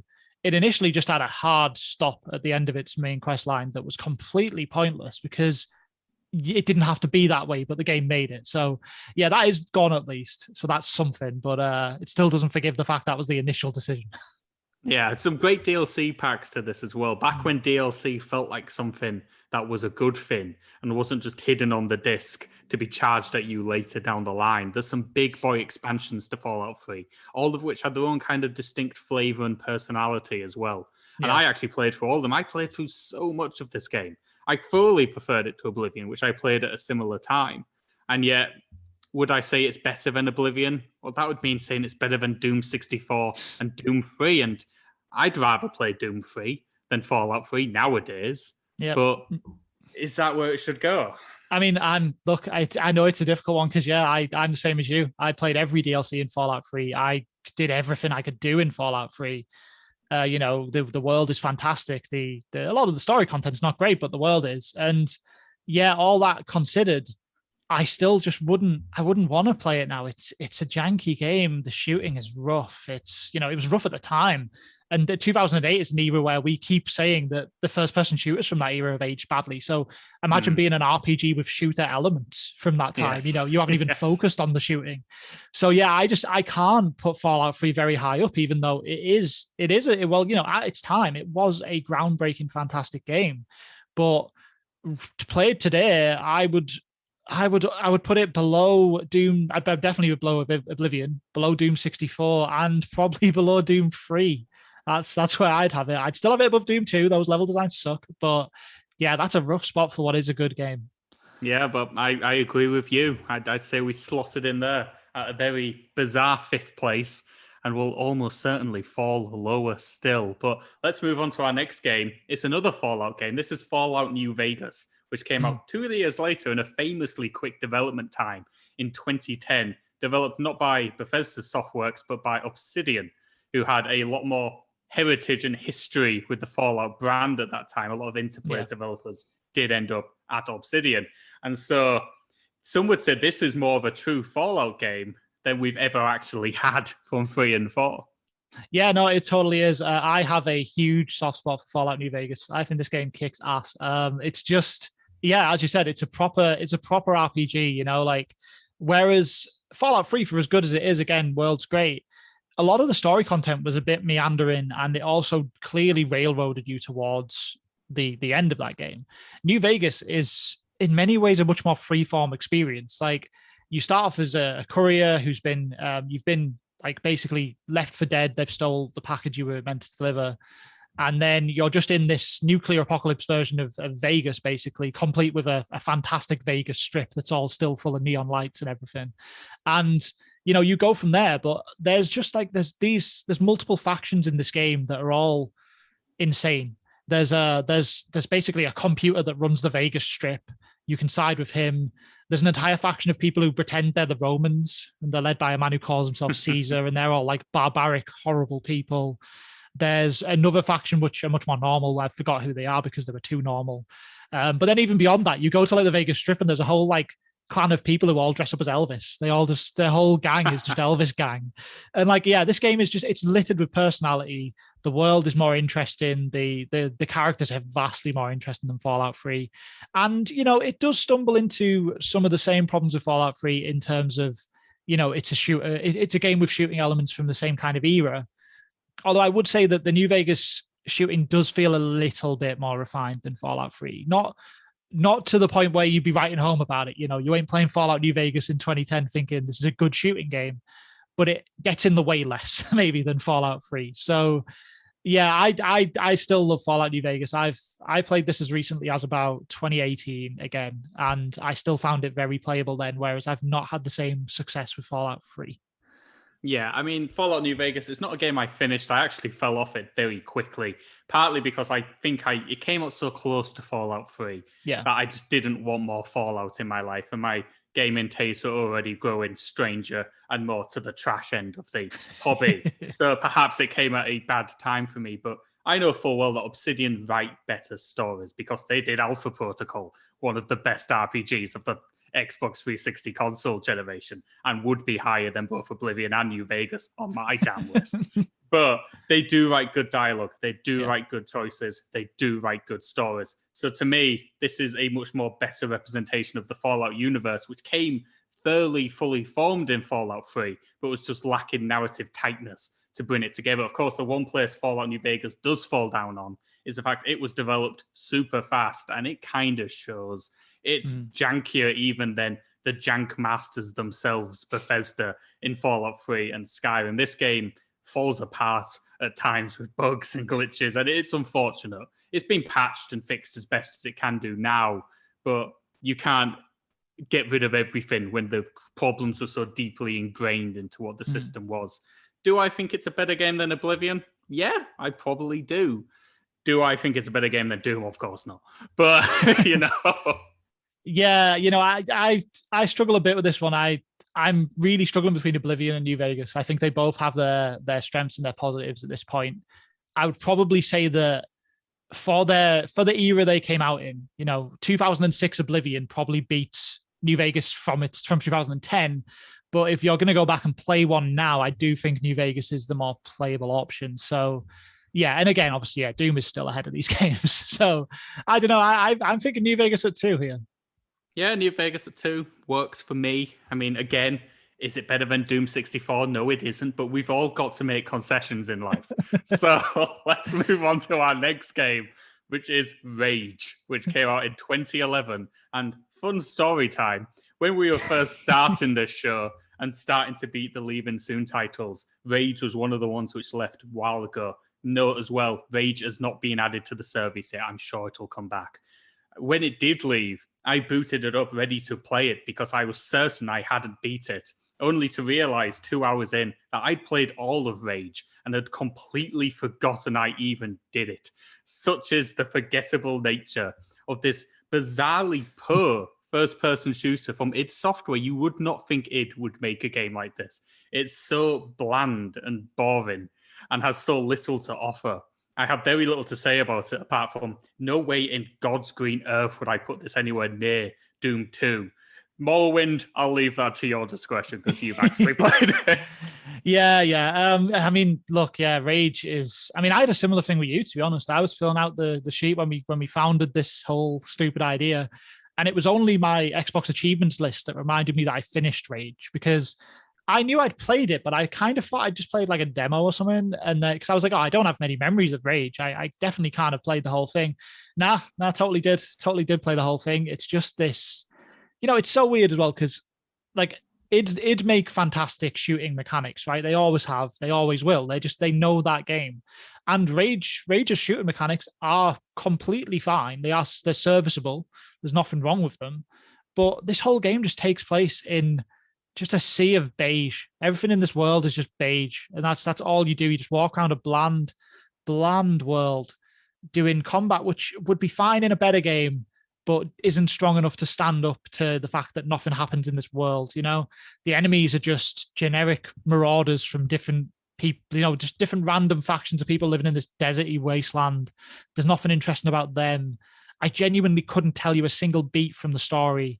I just can't. I'm sorry. I really can't. It's just, I've got nothing else to say. It's a competent shooting game with nothing else going for it. And I think it was also hampered as well by this was coming in at the 2011. That's like, we're well into we're starting to get to the end of the 360's life at this point.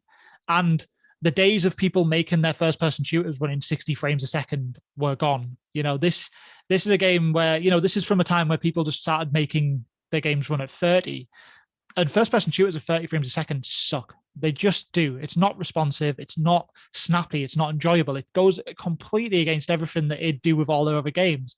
So I would honestly put Rage last. I think, Morrowind is an awful experience to try and play now. It really is. But also, Morrowind has a ton of, if you claw all the way through all the muck in Morrowind, there's clearly some really clever stuff there. There's this grand open world that does exist if you can manage to get past the fact that you literally have to write physical notes because they don't tell you the directions properly. You get past that stuff and you'll enjoy Morrowind. I can't tell you a single reason to play Rage. Like, there's nothing about it that's worth playing. I don't have any. There's no part of me that would ever recommend to play it. So in that way, I think it has to go at the bottom. Oh, Rage has to go at the bottom. There's no reason. We're faced with all these wonderful Bethesda shooters you can play here. You would play Rage. It coupled with the fact that there's a lot of driving in this game, and the driving's terrible in this game. So everything about it is deeply unsatisfying. So yeah, it's got to go bottom of the pile. I don't think there's any other place for it. So yeah, by all means, let's shove it there. Even loses to Morrowind. Good God.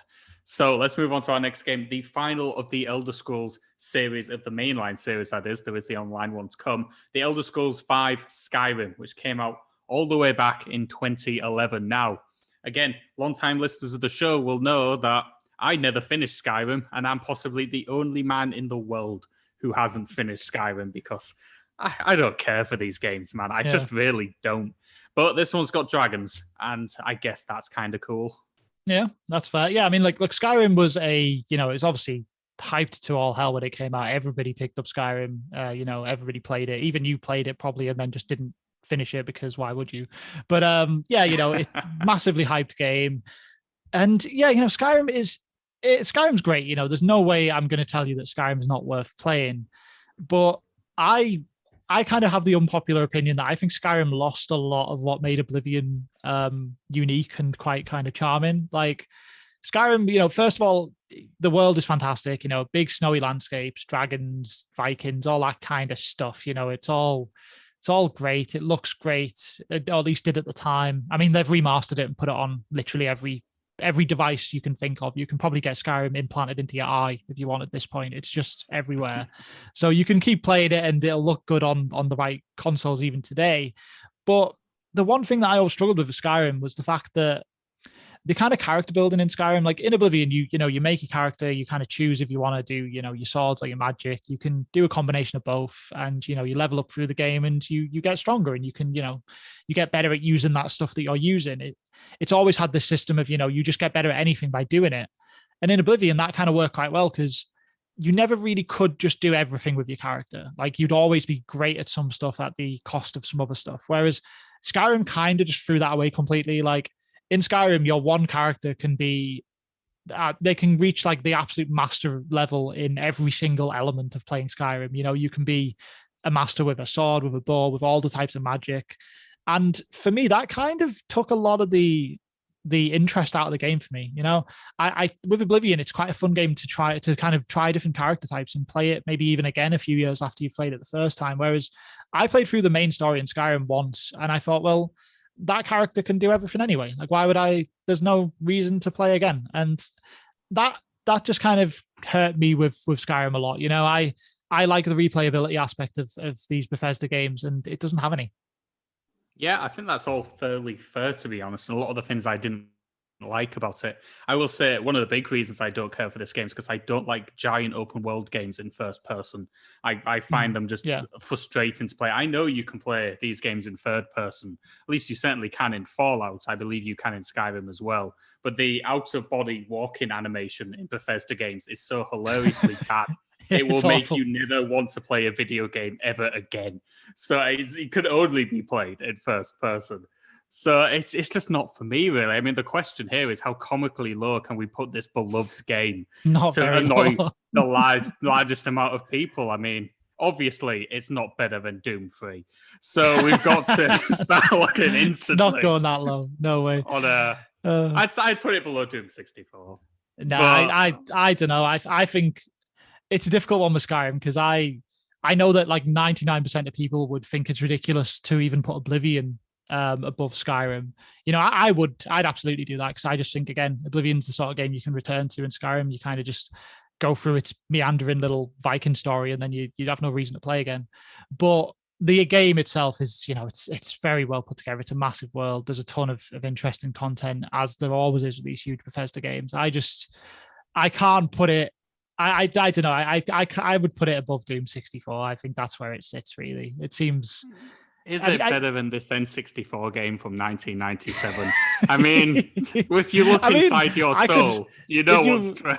If you fought me hard enough on it, I could put it below Doom 64, but we'd have to put it above Doom 3 because, I mean, we haven't even finished Doom 3.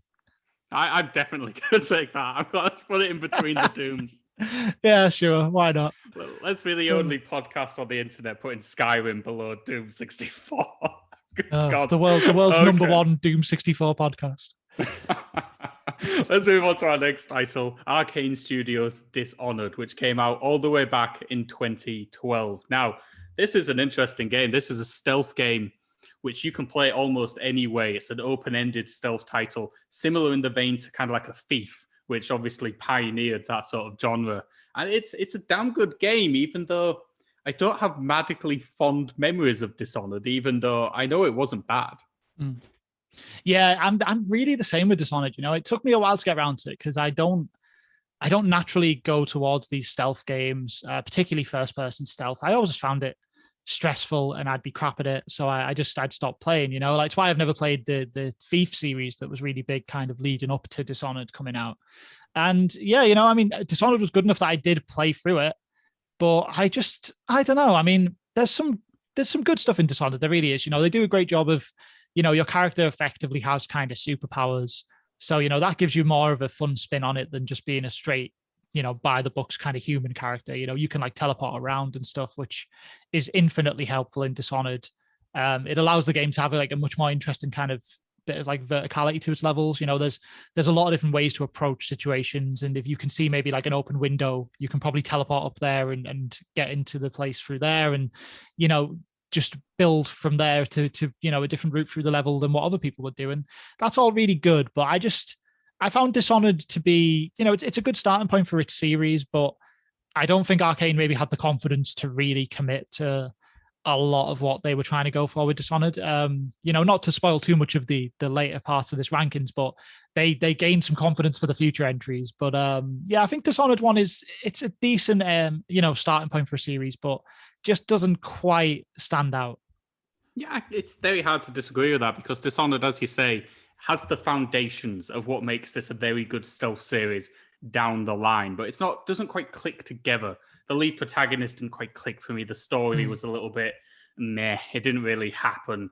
The way that your different powers moved together, the way you even moved around the map didn't feel quite as smooth and as silky as it eventually became. Dishonored 2, to spoil later, has almost a speed to it, satisfying to almost like a Doom level, kind of speed and movements and satisfying mechanics in that sense. And Dishonored doesn't quite get it yet. It's not quite there. It's a foundational game. And where you put a game like that, which you should probably play if you want to get into the franchise, with a view to the idea that you should definitely play 2, instead. It is kind of awkward. It's an awkward one, this. I don't know where we should put it. Yeah, that's tough. And I mean, I think one thing that Dishonored does as well, which I mean, it's a problem to a lesser extent in the later entries, but it's a big problem in the first Dishonored, is that they basically tie the good ending of the game behind not killing people. But then the developers have clearly spent a ton of time making killing people the best part of the game. Like, I mean, I did a run of Dishonored where I didn't kill anyone. That actually my only playthrough of the game. The only time I killed people in Dishonored was if I got detected, I'd have a fight and then I just load my save and try again. So I did do the no kills run, and that meant that I missed out on a lot of the good stuff, a lot of the cool kind of powers you get in this game. You get a lot of aggressive powers that you could use, and I didn't use them. I just teleported and snuck around because the game basically said that's what they wanted me to do. You know, that was how you got the good ending. If you kill people, it basically, you know, without spoiling it too much, the whole world gets more plagued and horrible, and it all, you know, you get a bad ending. So that's not great. You know, that I feel like somebody should have picked up on that quite early in the design phase and went, do we really want to encourage players to not do the best part of our game? Because that's, you know, that's not ideal. But yeah, you know, as you said, this is a perfectly solid game. It really is. And the series does grow into itself after this one. So I'd recommend people play this just because of how good the series gets. But I don't have that many fond memories of actually playing it. It was the kind of game that I got through and then, you know, turned it off and never really thought about it again until I needed to talk about it today, really. So yeah, I don't know. Where does that sit in the list? You know, there's nothing actively wrong with it. You know, it doesn't play badly. So it has to be above the games like your Morrowinds and I guess Doom 2 definitely. It probably has to be above Fallout 3 as well, I'd imagine, because those are games that we had active issues with people trying to play these days. You know, we kind of said they're really difficult to go back into. So I don't know. Is that where it caps off? Does it sit there? Does it go above Doom 3? Where are you at? It don't go above Doom 3. I mean, I wouldn't put it above Doom 2, but I'd probably put it in between Doom 2 and Fallout 3. I think Fallout 3 has more... when both these games are foundational games, and I feel that Fallout 3 laid more of a groundwork for New Vegas. Yeah. I had more work to do to get to that point, and it probably felt more fully formed than Dishonored does. Dishonored feels like it's on its way to being a fantastic game series, but it's nowhere near there yet. So I'd say above Doom 2, even though it hurts my heart, and below Fallout 3. Yeah, I think that's fair. I mean, and as well, you know, I mean, we're saying you should play Dishonored if you're going to get into the franchise, but I just spoke to how I found Dishonored a little bit forgettable. And when I played Dishonored 2, I definitely didn't remember much about Dishonored, and I was still completely fine. So, yeah, you know, maybe it's not that vital that you play this one. Yeah, you know, you could absolutely fob it off. And it's also important to note that there's a lot of games on this list, which I don't think there's many actively bad games on this Bethesda list. Kudos to Bethesda. None of these games so far, apart from probably Rage, are bad games. Most of them are actually pretty damn playable. You know, you'll enjoy all of them for an element of it. So it's by no means a snub. But let's move on to our next title. The reboot of the Wolfenstein series in the form of Wolfenstein: The New Order, which came out all the way back in 2014. Now, I love this game.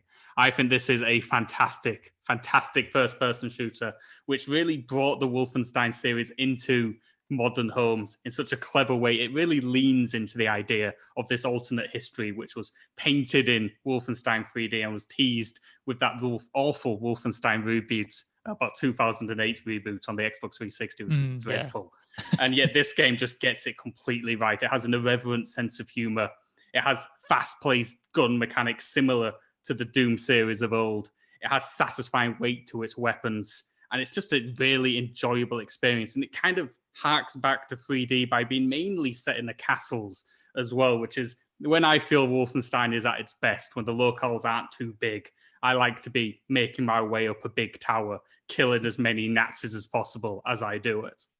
Yeah. Wolfenstein: The New Order is fantastic. You can kind of really see the blueprints for Doom 2016 here. You know, this is like the first in this recent line of just like stellar Bethesda shooting games. And yeah, I mean, I have a lot of positives to say about Wolfenstein: The New Order. I think it's outdone by its sequel, which we'll get to later, but it's just great. And it's I mean, it does a really good job of being fast paced and being aggressive, but at the same time understanding that it's not Doom. You know, like there are times in this game where you have to be careful. You know, like there's systems around like the enemies setting off alarms, so you have to like either disable the alarms or take out the enemies that might call for more help. And that stuff works, it works well enough, I would say. It's not a highlight by any stretch, but it does well to separate Wolfenstein from your Dooms. This isn't all about racing around at fast paces. You've got to be quite careful and methodical about how you play the game. But yeah, I think it's great. The shooting is still really solid to this day. This game's 7 years old now. It's getting on a bit, but it doesn't have the same problems that the older shooters that we talked about from the kind of earlier eras have, where they just start to be a bit dated. I think this game still plays as good as new, really. Yeah, and I'll say as well that considering this game does take a lot of its vein from Doom, the story is very good in this. The world is very well built. You start off the game in a pivotal battle towards the end of the war, where BJ Blazkowicz, who is your lead character, suffers an injury, seems like he's left for dead, and he wakes up after years spent in a comatose state almost, where he can see what's happening around him, but he has no function to do anything, seeing the world go to hell and the Nazis take over everything that he loves. And eventually they come to destroy his orphanage or his care home, which he's in. And he's so incensed by rage, he stands up and starts murdering, because of course he does. It's a Wolfenstein game. And you get to shoot evil Nazis, and it's very satisfying. And the way the story plays out, it takes you through some fun locations, getting back to that big castle you started off in to rise up through the ranks. I think Fallout The New Order probably tells the best story in the series. I think it's really contained and really well thought through. It's silly, but it probably doesn't go to the levels of silliness that come later on in the series, which have their own charms. But certainly this is a more grounded Wolfenstein game, if you can say such a thing, where your play is a man who 10 seconds ago couldn't walk and is now stomping on people's faces. I mean, that's very fair. I mean, the new Colossus, obviously, yeah, it does some pretty crazy stuff. There's a lot of mad stuff with like robots and moons and things in the sequel, whereas New Order is much more of a grounded alternate reality take. And yeah, it does well for that. I'd have nothing bad to say about this game, really, other than that it was outdone by its sequel. That's the only real negative. It's still a fantastic shooting game to go back to and play today. Yeah, it's one that people should be seeking out. Yeah, I've put this high up on the list. I think this is a real good game. I think it's a better shooter than Doom 64. Yeah, definitely. I probably prefer it to Fallout New Vegas, but whether it goes above Oblivion in your mind is a different matter. Yeah, that's like a tricky little barrier for it to get through, right? Because when you're just looking at the shooting games, you can clearly see it fits below Doom but above Doom 64. But it's kind of, when you bring in those open world games, they're just so incompatible with each other. How do you decide if a good kind of 2014 first person shooter is better than those games? It's so kind of hard to judge. Yeah, I don't know. I'd probably put it below them, but it's very close. Yeah, it's a tough one, isn't it? I have this horrible feeling Oblivion is going to become a barrier to everything else below this list. And somehow New Vegas of all titles got above it. It is very much a gatekeeper. I'd probably put this above New Vegas. And yes, New Vegas is sat in second and is being gatekeeped by Oblivion in third. Yeah. So I'm happy to put it below Oblivion with the proviso we can't just get locked in to this nonsense scenario where New Vegas becomes the second best Bethesda game of all time. This is how we do lists. You know this. This is what happens. Something gatekeeps, and then like good titles end up weirdly low. It's how we run it. It's fine. Okay, let's slot that one in at number 4 then. So that goes below the Elder Scrolls Oblivion, but above my beloved Doom 64, though it is a fantastic game. Yeah. Let's move on to our next title on the list, and a little bit of a turn to the survival horror here with The Evil Within, which came out all the way back in 2014. Now, this is a Tango Gameworks game, which will mean nothing to you, but the man behind it most certainly will, which is Shinji Mikami. So obviously this is the big brains behind Resident Evil 4, and this basically was his spiritual sequel to it. It was his way of reclaiming the survival horror genre, which back in 2014 was kind of down on its knees. It's hard to think about that now because so many have sprung up out of absolutely nowhere. But 7 years ago, this genre was dying a death. So The Evil Within was something very different and very strange. And I was applauded Bethesda for publishing it because it's the kind of game which weren't going to make a lot of money. Now, Is it any good is the big question here. Now, I've played all of this. You've played a little bit of it. So I don't know if you want to talk on your slight impressions before I give a more rounded view to it. Yeah, I can't really go too much into this one, sadly. I played a bit of this. I really did want to give it a go because I'm, a big Mikami fan, love Resident Evil 4. And, nice to see survival horror back because, as you said, it had gone through, this is 2014. Like 2012 was when Resident Evil 6 came out. And that was like the final nail in the coffin for Resident Evil really at that time. It had kind of lost its way. It wasn't a horror game anymore. So, this is a great revival. It really is. But all I know is my initial experience with this game was that I just had a really frustrating bug about 40 minutes in, and then I shelved the game and never played it again. So this one is very much going to have to be on you, but I'm quite open to hearing like why it's good because I'm looking forward to playing it even now. Yeah, so The Evil Within is a good game, but it comes with some pretty heavy provisos. It's a strange game. For a start, the whole thing is done in a letterbox format to ape cinema to start with, and that drove people mad back in 2014. People hated the black bars, which are at the top and bottom of this game. I think you can remove them nowadays in a patch, but play it with the bars on. It's how it should be played, and it's very strange for it. But the thing about The Evil Within is it's clunky, it's awkward, it's cumbersome. Its survival mechanics are frustrating. The way that you save will often see you lose 20, 30 minutes of progress through no fault of your own just because there's just no checkpoints at any point appearing. It's one of those games where the shooting just doesn't feel quite right, where the story is just absolute trash, where it makes no sense at all. The characters are all walking stereotypes. And at times, the whole thing just feels like it's going to fall apart. But it isn't. It holds together, and it holds together almost solely because of Mikami, who has such a knack with this genre, the ways to tease fear out of the players, the way to make people feel uncomfortable as they turn a corner. And don't get me wrong, The Evil Within is a fairly spooky game. It actually will give you a few jump scares. It will build this solid sense of dread. And I think it's important. And I think that's what holds this title together, even though some of the shooting mechanics don't quite work, even though at times the actual world itself feels like it's just not particularly enjoying to play within.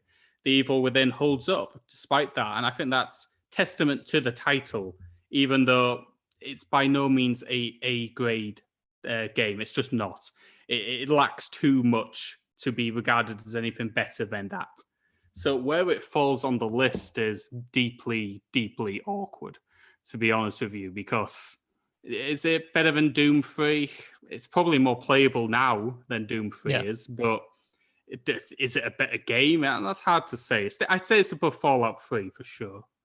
Yeah, that makes sense. I mean, I think we should try and put stock into kind of how playable like it is today. Because Doom 3 was definitely good for its time, and I do think it's held up impressively well, but it is still an old game, right? And I don't know. I'd be happy to put this above Doom 3 for sure. It sounds like something that I think fans of the genre should definitely be seeking out and taking a look at, and I will be doing that for sure. It's probably not going to be getting past Skyrim, right? I mean, I don't think that would be happening. I mean, I'd put it above Skyrim, but I don't like Skyrim, so it's. You've almost got to save me from myself here, or Skyrim will end up about 12th, 14th on the list. I mean, this list is just a continuous battle of Doom fan versus like Elder Scrolls fan. This is what this is going to be. But yeah, I think that feels like a natural place for it for me. Yeah, let's go with that then. Let's stick it above Doom 3, but below the Elder Scrolls 5, Skyrim. Okay, let's move on to our next title, which is Wolfenstein: The Old Blood, which came out in 2015. Now, this was meant to be a standalone bit of DLC for the New Order, but it kind of grew in scope and grew in size to the point where they released it as a standalone game. Now, I've not played this one. This is the one in the Wolfenstein series I haven't touched, so I'll leave it to you who has completed it to say, is it just a bit of DLC or is it something more than that? Yeah, I mean, this is kind of just DLC, to be honest. Like, it doesn't do anything really to separate itself from the New Order. It plays the same. It feels the same.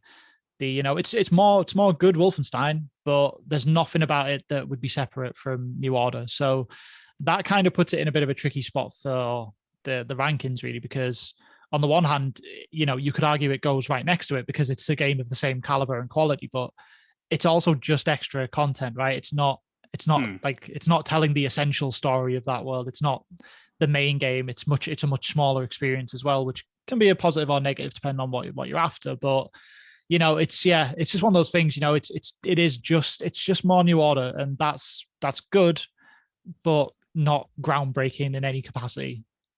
It's a case of how much we want to celebrate something just being slightly more of the same. I mean, I'd say Doom 3 is a more interesting game than a bit of DLC. And at the same time, Fallout 3, I think we're very undecided of how well that holds up. So I'm looking at that again as the kind of place as to where this should probably fall. Yeah, I mean, I think that makes sense, right? Like you've kind of got to factor in the fact that it is just more content, and that's not that exciting. So yeah, I think that's a good fit. I can agree with that. Okay, let's slot it in between Doom 3 and Fallout 3 and move on to our next title, which is The Elder Scrolls Online. Now, this is everything that you love about the Elder Scrolls, or in my case, everything I don't particularly care about the Elder Scrolls, but now it's a Mamorpaga, another Torno game I don't particularly like. So the question is, can I get this below Doom 2 in your mind? Because it ain't for me. Nah, Elder Scrolls Online, I've played about 5 or 6 hours of this, maybe a bit longer, might be closer to 10. And I have some friends who live in this game. I know someone who's probably played about 1,000, maybe 2,000 hours of Elder Scrolls Online. So I know that it is a good game. It's very impressive in the way that it actually manages to play like an Elder Scrolls game while being online, because like it can be very difficult sometimes for big MMORPGs to actually have the same kind of interactions as single player games, because like you can't, there's so many other people in the world, right? Like it's very difficult to have like action based combat systems, even, for example, because you've got to factor in that all these other players are there doing stuff as well, and that really takes its toll on the design of these giant games. And Elder Scrolls does a pretty good job of that. You play this like an Elder Scrolls game. You equip your weapons, you attack in real time, things are damaged in real time. It's not like Morrowind where you do 10 attacks and only one works. It actually just plays like a normal, sensible game. So there's a lot of positives to Elder Scrolls Online. There really is. But at the same time, there's also downsides to it being an MMORPG. Like those games basically require complete commitment from a player. Like you have to choose to play one at the cost of playing any other game. Like pretty much that's always the way it's been. I've got in some really big MMOs in my time, and I just had to stop playing them because you can't play them and play other games simply enough. You have to commit all of your time to them to make sure you're like leveling your character up enough to do the new content. There's always new content rolling in, new powerful items to get, and you kind of need those if you want to be the best in the game and stuff. So in the context we're in here, right, this is us ranking Bethesda games that you can play on Game Pass. I think The Elder Scrolls Online would be a terrible decision for a game to play on Game Pass, because you'll waste the rest of your subscription because you'll have to just play The Elder Scrolls Online. Like this isn't a game you can dip into. Like I don't know. I think, I'm not saying it shouldn't be in Game Pass, because why not, right? Especially now that now that Microsoft owns Bethesda, it's probably going to stay in here for good as well. So that's kind of great, right? You don't need to buy it. But if you're going to play it, you probably don't need a Game Pass subscription because it's going to demand all your time. So I'm going to use that cop out to score this low. But it is a good game. It really is. There's a lot of positives to it. It's constantly rolling out really good DLC content, which you would have to buy, to be fair, even in Game Pass, it's extra content. But I'm going to use that justification of not a good game to play in Game Pass as a way to push it down the pecking order. I mean, so what you're saying to me is you've got a game which fundamentally breaks the ideal of Game Pass. Yeah. And we can't in good conscience recommend somebody fundamentally ruins Game Pass. So I guess it has to go below Rage because it's fundamentally breaking Game Pass. I mean, I think Rage fundamentally breaks Game Pass because it's so forgettable. You might forget you're even subscribed to Game Pass. So I'm actually tempted to put it below Morrowind, which is brutal, but above Rage. Let's commit to keeping poor old Rage absolutely ragged on at the bottom of the list. Yeah. Okay, that's fine by me. Let's slot it in there and move on to another game which came out in 2015 and another massive title, which was Fallout 4. Now, this is a fascinating game because this is 7 years after Fallout 3 came out, and yet you wouldn't know it because Fallout 4 has almost the exact same problems and jank and the same engine, essentially, that the old games are running on. And it felt old in 2015. It felt a product of its time 6 years ago. I dread to think how this game feels now. Yeah, I mean, Fallout 4 is a tricky one, right? Because if I'm ranking the free Fallout games on this list in terms of, which just straight up which ones are the best Fallout games, not taking into account whether they've aged badly now or whatever.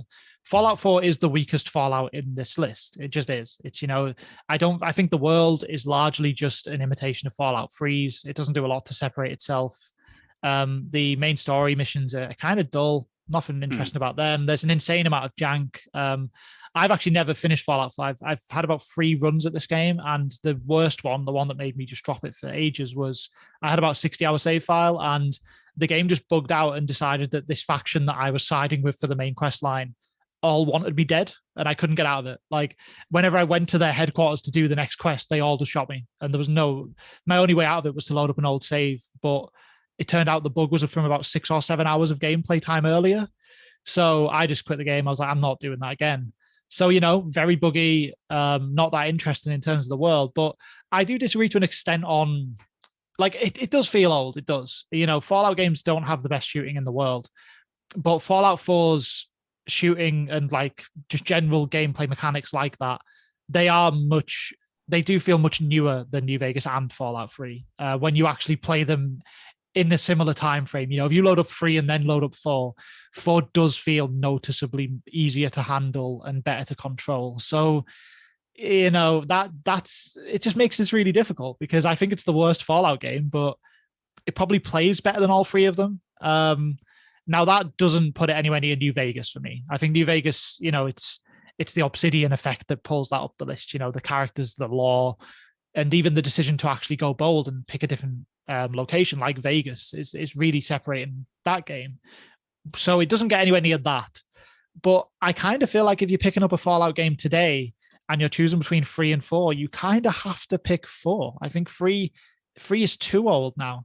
So even though 4 is a worse game, I think it goes above 3.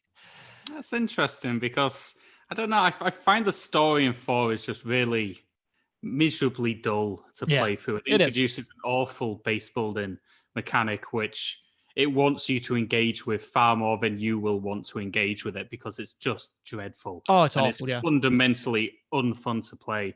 It has this system of factions which it wants you to play around with before picking somebody at the end. And whoever the game designers were at Bethesda who thought they could pull this off, they couldn't, because it just fundamentally doesn't work. It wants you to play people against each other, and it leads to ridiculous glitches where things just stop fundamentally, and where entire chunks of the game are cut off from you because you pressed an option too soon. The actual design of this game is really poor. Like, it just doesn't. The Fallout 3, for its faults, is designed pretty well. You know where you're going to go. All the content exists where it is, and you can just go do it. Fallout 4 will actively lock you out of most of its game because you had the audacity to play 5 straight missions with a different faction. And now all of a sudden you're their best bud, even though you don't want to be. And it's just rife with poor game mechanics for me. And although it does play better than 3 and 4, because they had 7 years, Christ, what were they doing if it doesn't play better than Fallout 3? I don't think it's a more enjoyable experience than Fallout 3. Yeah, I can agree with that. And I totally agree on the factions in this game. They are an absolute waste of time. There's nothing interesting about them. It bugs out constantly. As I said, that's basically what cost my game, because I was doing all these quests with a group, and I'd proceeded a long way along the story with them. And then some seemingly unrelated event to me, the game had decided actually meant they all wanted to kill me now. And there was no signpost into that. Nothing actually made any sense for that to happen. So, it's a mess. It looks like they saw New Vegas and went, we want to do that. But clearly they can't, So yeah, I'm content to put this below Fallout 3. And once it's below Fallout 3, you also have to say it goes below Dishonored, I think, as well. It doesn't, Dishonored's a game that's been largely screwed in many ways here as well. And I think Fallout 4 goes below that too. I'd probably sit it just above Doom 2. Yeah, I mean, it's a worse game than Doom 2, but Doom 2 is going to get done nasty here for some unbeknownst reasons. So let's put it below Dishonored, above Doom 2. Okay, let's move on to our next game, and we're back in the world of Doom. It's the Doom reboot from 2016. Now, I don't think it's any surprise for me to say that. I bloody love the remake of Doom. I think this game is fantastic. It captures all of the spirit of the old game and updates it beautifully. From the opening scene where you fall into the eyes of the Marine and you cock your shotgun to the time of the heavy metal riff, which is just playing out the music in this game. My God, everything about this game captures Doom feel, and it captures it well. This is a blast to play through. Yeah, Doom is the absolute perfect way to revive Doom. You know, Doom 2016 is literally like it's Doom 1993, but made in 2016, right? Like it takes what shooting games are now and perfectly makes that like what Doom would be if it was made today. It's perfect. And yeah, it's so fast paced. It's so angry, as Doom should be. It has a great mechanic where once an enemy's nearly dead, you can regain your own health by going up to it and just punching it in the face or ripping its like guts out or something. It's just it's so angry, and I love that. Like it's everything that Doom should be. And it also, you know, I think a lot of people, when Doom 2016 came out, they were left a bit cold by the story, but again, it's trying to ape Doom 1993 in that who cares? You know, like I'm just killing all the demons and I'm having a great time doing it. So yeah, I'm really high on Doom 2016. Yeah, Doom 2016 gets, and you know it gets its audience when even the Doom Marine is being told backstory, the camera actively moves away from who is telling him it because he's bored and he wants to get back to killing things as well. It's just beautifully visceral, is this game. The way that, as you say, you can go in for finishing moves on enemies who you've dealt enough damage to. You'll speed into them and spear them with their own spike. The way that you'll take a shotgun to a low-level imp and he'll just eviscerate into 1,000 different pieces. The way you can stamp on people's skulls to finish. Everything about this game captures that anger. And it also has the exploration. It has the secrets. It has these wonderful Doom secret levels where you'll just pop into 1993 Doom as 2016 Doom guy. And it's fantastic, and I love it. It's filled with ridiculous Doom bobbleheads because it has a great sense of humor to itself. I mean, the world design is wonderful. It loops together nicely. It forgoes the keys of old to just be a full-fledged big map which you work your way around, and it plays so silky smooth. The bosses are great. Everything about it, the way that Doom does, where you introduce terrifying new enemies, which you think is a boss fight, and then 4 levels later, they're just there alongside everybody else. And you're killing them all because you've gotten better at Doom. And it's such a good game. Unfortunately, this Doom is not available yet in Game Pass. We don't have Doom 2016. For whatever reason, it's not here yet. But when it does come back, this is, in my opinion, the second best Bethesda game on this list. I would put it above New Vegas. I just think it's a sublime experience to enjoy. Yeah, Doom 2016. And as you said, yeah, not in Game Pass right now, but it'll be back. It was in Game Pass before. I don't know why there's like 6 games missing from all of Bethesda's lineup, but you can guarantee that in a few months' time they'll all be here. So yeah, Doom 2016, when it does show back up, if you've not played it, that's an instant download for sure.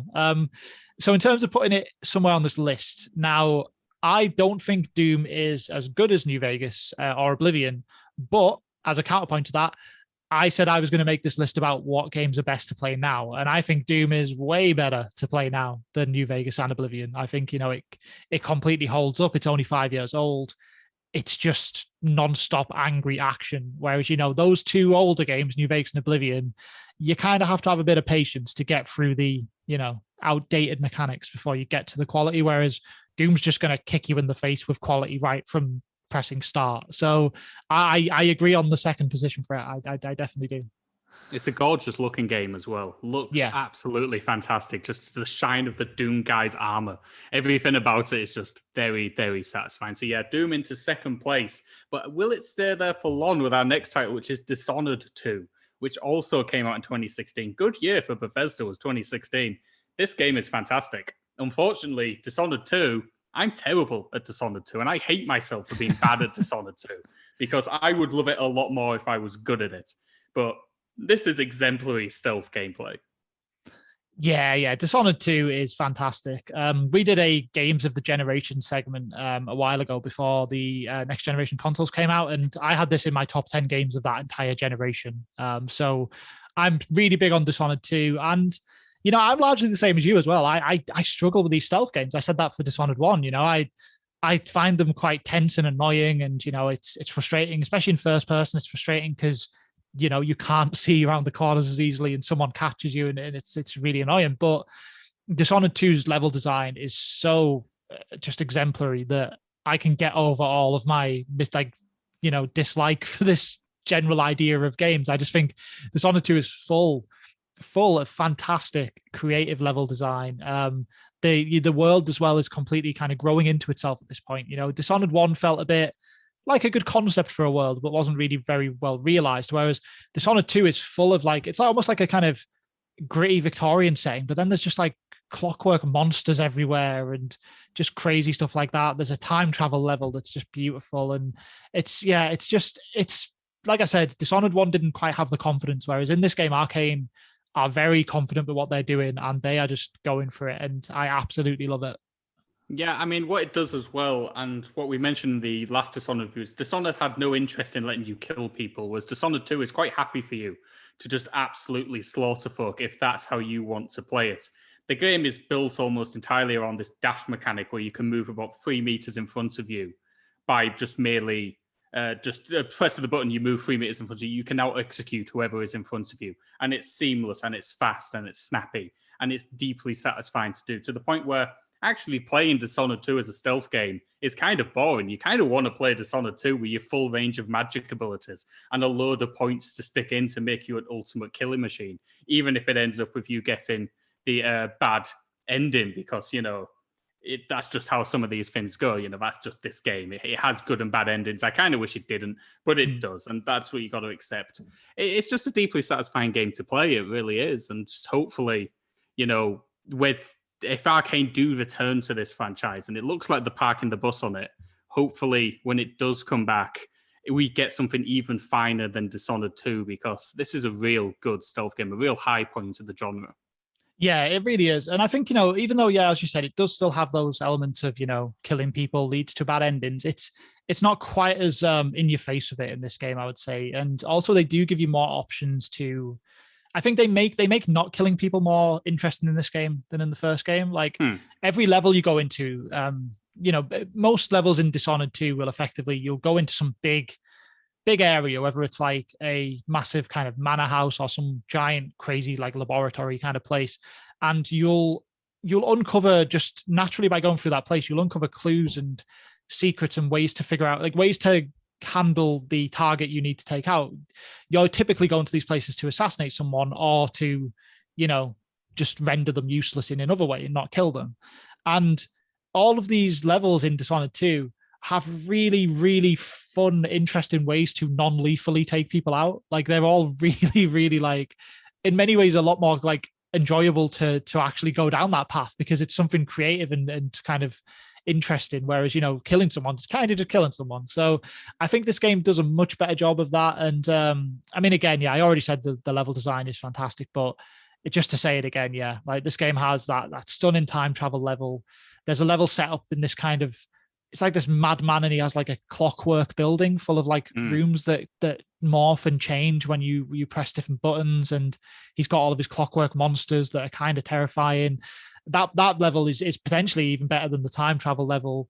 There's another level where you have a couple of targets you need to assassinate, but there's actually like a kind of puzzle in that level, and if you find out how to solve that puzzle, you don't need to do any of the level. You literally, that's it. If you figure that out, you can do that, and that's the level. It's done. Like they have the confidence to let you go down paths like that. They're not railroading you into solutions here. Like they'll let you, if you want to be creative and go in a different direction, there's usually a way to do it. The game's kind of ahead of you in that stuff. So yeah, I have nothing but massive positive say of Dishonored 2. I think it's a game that I adore, despite the fact that I do find this genre inherently annoying and stressful. So for that alone, I have to put it really high up.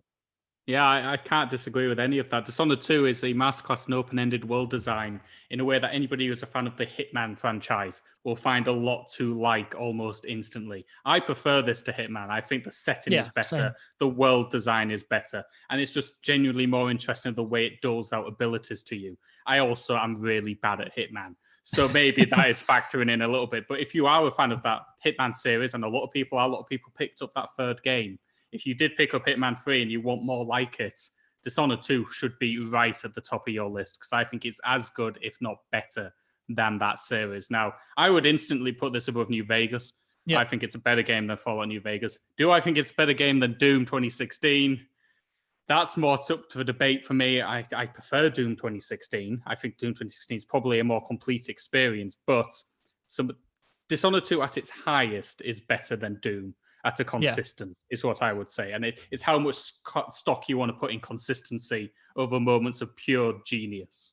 Well, that's it. I think, there's moments in Dishonored 2 that are so creative and clever in ways that Doom 2016 never hits, right? Like, and I do admit as well, though, that if you have like an hour on your hands and you're going to play one of these two games, you'll have more fun probably playing Doom because it's just nonstop action. Whereas Dishonored 2 is the kind of game you need to have a bit of commitment to it, right? You need to put aside a good few hours to kind of case out the level and figure out your approach to it. It's not constant unending action, but when you actually do get into these levels and really start picking them apart, I think what they've put there is special enough that it does belong above Doom for me. I mean, there's heights in Dishonored 2 that I think beat out 1993 Doom, but it doesn't beat the original Doom as an overall package. Yep, I think that's fair enough. I'd be happy to split the Dooms with Dishonored 2, even though the Doom 1-2 would have been very satisfying. But nonetheless, we'll put Dishonored 2 in there. It's a very good game. It's definitely one people should check out. Another one people should definitely check out, and which has re-entered the series, is probably what I'd say is the hidden gem of Bethesda's batch of titles, and that's Prey, which came out in 2017. Now, we talk about games which have moments of brilliance. Now, Prey is a game which is full of little moments of brilliance where maybe the whole package doesn't quite hand together enough, but when it's good, Prey is real damn good. Yep, definitely agree with that. I would say that Prey probably has I think Prey has the best opening on this list. I think there's elements of the opening of this game that you just kind of get flawed by it. And yeah, I mean, obviously, your Doom games have got the instant action, but in terms of just having something that really takes you by surprise, I think Prey beats out anything. I think it starts really strong. It has a great, honestly, for the majority of this game, like, it effectively plays like a survival horror. Like, you feel weak and powerless against these enemies in the game. And it's at its best comfortably when it's like that. I think it does fall away a bit at the end. It does that typical Resident Evil style thing where they can't resist making it so at the end of the game you're kind of powerful enough to just deal with everyone, and it becomes a bit of an action game. And I think that does hurt it a bit. But in those opening like half at the very least of the game, when every enemy you see is an absolute horror show to try and deal with, this game feels really tense and really special. So yeah, I agree with completely. I think this is the hidden gem on this list. This is the one that a lot of people will have let just go by, and they shouldn't have. Yeah, absolutely. Prey just is full of good ideas, really good enemy design. Now, most people will speak about the mimics in this game, and they absolutely should, because it's this wonderful enemy which can morph into just a piece of the environment. So it can turn into a chair, which just feels slightly out of place in this room which you've just entered. And as you pass it, it will explode into life and attack you, which means that every single room you enter, you scour, looking for a misplaced coffee mug or a weird looking chair or whatever it is. And that just is inherent tension like you can't make. It's so clever.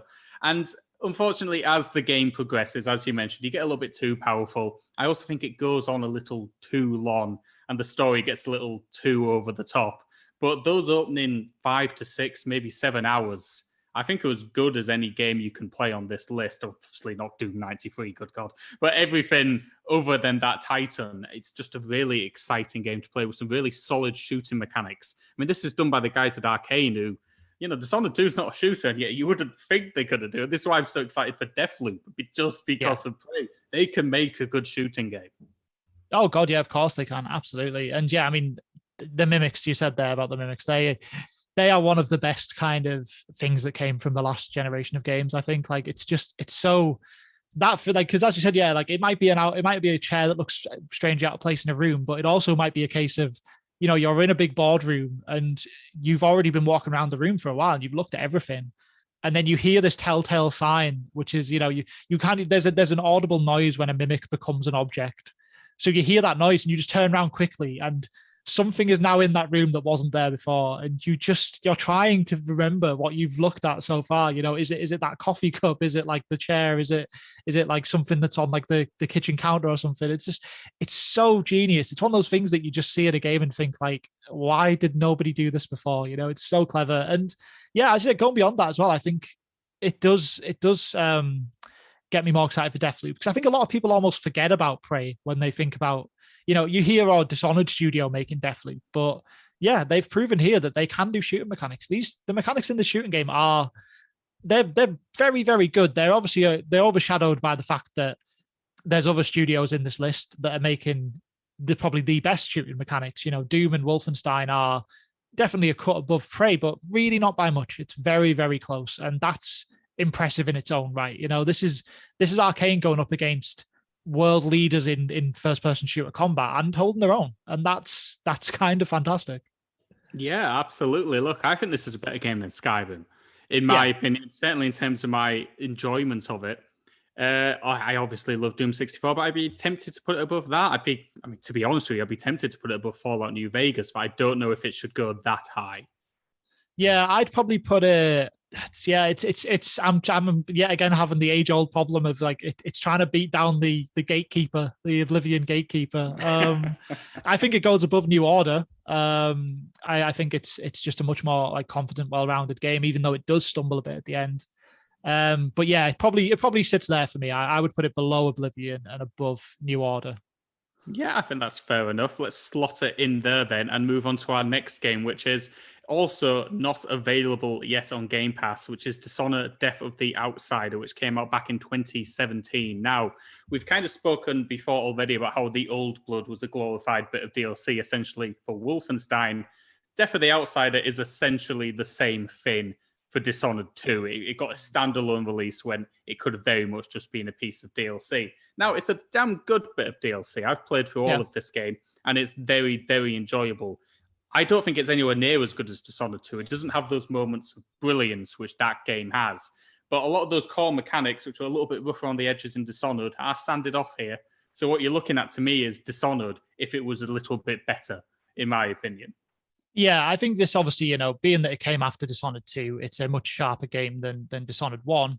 It's a quite a small experience. There's basically there's like a tutorial level, which will take you half an hour. And then there's 4 main missions in this game and you're out. So it's a brief experience, but it was launched at a budget price. So that's fine. But yeah, the issue is that it plays like Dishonored 2. So that's a positive. That's definitely good. But yeah, it doesn't have those ingenious level designs. There's a couple of good levels. There's a standout one to do with it's like a kind of bank heist. That's a pretty great level. You can go about that a lot of ways. You can kind of do a lot of prep work to basically like knock people out before you even go in, or there's a ton of different routes to it. It's good stealth game design. It really is, but it doesn't have those. Dishonored 2 has multiple moments where I'm almost like I just can't like the mimics in Prey, where I can't believe how clever that is. It's so cool. Dishonored 2's littered with that, and I don't think Death of the Outsider is. One thing Death of the Outsider does have is it does have some very cool powers that your character can use. So there's one in particular which is just infinitely useful in a game like this, which is that when you knock an enemy out, you can basically just steal their entire look. Like you can just mimic them for a limited amount of time, and like that lets you kind of it's still a stealth game, but you can be really aggressive about your approach to stealth, because you can literally, you take down a guard, steal his face, and then while you've kind of got like a magic meter of sorts that runs down slowly as you are pretending to be this guy, but you can use him to get through, a few security rooms, find another guard upstairs that's like on his own, and then take him out, pull him into a room, and steal his face next. It's like that really leads to like a much faster pace, I would say, than Dishonored 2, which I enjoyed. It's nice to have a change of pace compared to the original game it's obviously like based off. So it's definitely got a lot of strengths. I think it's a much more enjoyable experience than original Dishonored. But again, yeah, it doesn't have those groundbreaking moments that would put it at the top of this list. No, I think it's a very good bit of DLC for fans of the series. I mean, in terms of where it should go on the list, I think it's a better DLC pack than the Old Blood. So I'd certainly have it above that. Do I think it's a more interesting game than Doom 3 for an add-on? Maybe not. But I could be swayed. Yeah, my natural position for this, when I was looking at it there, was probably below Skyrim. But I haven't played Evil Within, so I can't be too much of a judge on that. You've played both of these games, so I would be happy to cede to you on that one. Doom 3 is a tricky one, because I'm encouraged by what I've seen from Doom 3. I've played a fair chunk of it, but I don't know. For all I know, I might hate the back section of Doom 3, so I don't want to put too much stock in it. So yeah, I don't know. I mean, how do you feel about it as opposed to Evil Within? Would you have Dishonored definitely outside or above it or below it? Or I'd say I'd have it below, but that's because I prefer the survival horror genre. Yeah. That's so fair, I'd say I can go with above that. Doom 3, below the Evil Within, above Doom 3. It's a first spot for that. It's a very good game. It's definitely outside. Really it's definitely is. one to check out when it does eventually come to the service, particularly if you've gotten into the Dishonored series off the back of this. Then yeah, do play it. It's damn good. It really is. Oh yeah, definitely. It's fantastic stuff. It's if you came out of Dishonored 2 and wanted a bit more content, this is just a really sharp, concise package. You can get through the levels in this in about 5 or 6 hours, and so there's no wasted time there. It's all useful content. So yeah, well worth playing. Okay, let's move on to our next title. Another one which bafflingly is not available in the service yet. This is The Evil Within 2, which came out in 2017. Now, this is another one which I don't believe you've had much time in yet, Andy, but I have managed to complete. I like The Evil Within 2. I think it's a damn good game. But the problem with it is that it's very similar to The Evil Within, but it probably loses some of its charms. Now, The Evil Within is a strange and weird game, which very much felt like one man's demented vision of how a modern survival horror game should feel like. Whereas The Evil Within 2 is like somebody sat him down and went, we could try and make it play a little better. And it does play better. The shooting's better. The world's better designed. It's fairer. The black bars which cut off half the screen have been removed unceremoniously. The story is still trash, but it's told slightly better than the last one was. It's got a lot more better than it than The Evil Within, though I don't know if I prefer it to The Evil Within. The Evil Within is strange and it's odd, and it doesn't quite fit nicely into any package. It doesn't feel like it should be here. It felt like it was actively railing against the game's media landscape, which didn't want it anymore. Whereas The Evil Within 2, 2017, survival horror was growing again. It was starting to become a thing again. And all of a sudden, a game like The Evil Within 2 was almost marketable once more. And so it felt like they had an opportunity to make something more marketable here. So it's an awkward one to talk about, in my opinion. It's very hard to disassociate with what came before it. Yeah, that's fair. I mean, look, I don't have any experience in Evil Within 2 here, so I'm going to keep this very, very brief. But I think there's a sort of there's almost like two schools of thought with survival horror games. You've got games that really get by on being like original and a bit kind of pulpy. You've got Evil Within, Shadows of the Damned, and I think you can argue Resident Evil 4 as well belongs in that list. They completely ripped up the Resident Evil rulebook for that game. And then on the other side, you've kind of got your more up-to-date big budget stuff like the direction they've took Resident Evil in now, where it's it's a bit slower, it's first person and stuff, and there's obviously a lot of money behind that and a lot of direction, but it is working out well. And I mean, from your description, I wonder if Evil Within 2 is kind of stuck between those two things and it ends up worse than both. That's kind of the impression I'm getting. Yeah, it's a little bit of both. It's very tough to judge because as a game, this is actually more enjoyable to play than The Evil Within. It plays better. It just does. Yeah. But it also feels a bit more designed by committee. And so for somebody like me who likes their games weird and likes auteurs to take hold of a franchise, there's a reason I love Suda 51 so much, is because you know when you're playing a Suda51 game, it has his fingerprints all over it.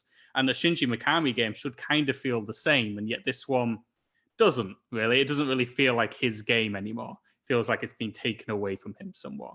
So I'd probably say it's beneath the Evil Within, though I think it's every bit as good. I'd score both of them a 7 to just give context to it. I think both of them are 7 out of 10 games. I probably prefer the Evil Within, though. I'd be comfortable with putting it beneath Death of the Outsider, actually. Okay, I think it's slots in between Doom 3 and Death of the Outsider. Yeah, no, that works for me, definitely. Yep, I have no horse in this race, so that works fine. Fantastic. Let's move on to our next title. Another titan of the wonderful staple of Bethesda shooters, Wolfenstein II, The New Colossus. Now, you mentioned you preferred this game to Wolfenstein: The New Order. So why don't you tell us a little bit why? Is it because it is, to use an expression, batshit bonkers? Yeah, this game just completely stops caring about being grounded in any way, right? It goes insane. It takes its alternate history stuff and just... I mean, it's a tricky one to talk about because I think some of the best beats of it are things I'd want the player to experience for themselves. Like there's a couple of moments in this game that are just so stupid, and you're either going to love them or like it's going to lose you a bit. But for me, I just went with it. I just loved it. I thought it was ridiculous, and I just think because Wolfenstein 2 goes a bit more off the rails, it allows them to be a bit more creative in terms of level design, but the main one is just in terms of the locations you go to. As you said, Wolfenstein: The New Order, there's a lot of big Nazi castles, which are great. They are really well designed. It's really satisfying to climb up them and get through them and stuff like that. Whereas this game is just, you go everywhere in Wolfenstein 2: The New Colossus. Like there's all kinds of ridiculous locations and settings. I already briefly alluded to earlier that you go to the moon in this one because, you'd go to the moon in a Wolfenstein. Why not? Why not fight Nazis on the moon? Like, it's just, I think as a whether or not it's as tight of a story as New Order is definitely up for debate. You could argue it's not, but my God, it's fun. It's just stupid, constant fun, and I just think that puts it above it. Yeah, I think Wolfenstein 2 is the kind of game you'll just play with a giant smile on your face. Yeah. As mentioned, transplanting the game from Europe to America is a masterstroke. And it's 1950s, 60s America with a big Nazi spin on it, which I kind of love. I love the fact there's an early scene where you go into a diner. And it's like so quintessentially American and what you imagine the Midwest of America would be. And then all of a sudden, everyone's a Nazi now. And there's Nazi guards walking about and there's flags everywhere showing off the swastika and everything that comes with that. And it's unsettling and it feels uncomfortable. And the New Colossus actually does a very good job of showing the seriousness of what it's talking about, whilst also mercilessly taking the piss out of it and also letting you shoot as many Nazis as humanly possible. And who doesn't want to spend an afternoon shooting Nazis? I mean, good God, who doesn't want to do that? I know this game actually got a lot of blowback because some people didn't like the fact they were so brazen about their Nazi shooting. So maybe you don't. But nonetheless, this game is fantastic for allowing you to do that. It's well designed. It's difficult, is what I will say. It's brutally tough. I would play this on a lower difficulty. I don't think there's any shame in playing this game on a low difficulty because it's real hard, especially those opening levels. It kind of eases into itself a little bit, but there's a very early spike in this game, which is a real hump to get over. And once you are past it, the game settles down. You fall into this ragtag comedy about a bunch of upright activists who are going to take over and bring back America to its glory. And it's a lot of fun, but there's definitely some moments in this where you'll be tearing your hair out because it's not as easy to kill as it is in, say, like a Doom game. Yeah, no, absolutely. I totally agree with that. I initially kind of fell off this one a little bit because, I had a point in the early game where I just found it frustrating. And I think there's something about the shooting mechanics in Wolfenstein where they are still fantastic, but they're not as sharp as Doom. They're just not quite there. There's just something about it. It doesn't feel quite as natural. You don't feel...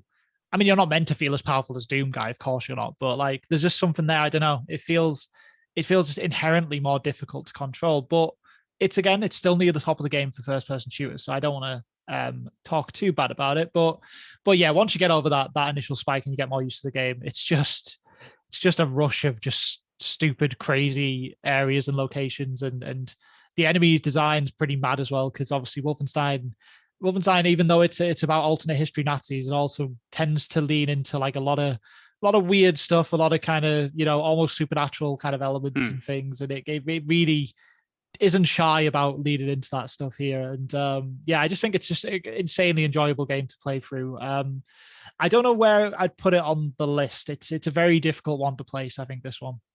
Yeah, it really is, because I think it is a slightly better game than the New Order. I genuinely do.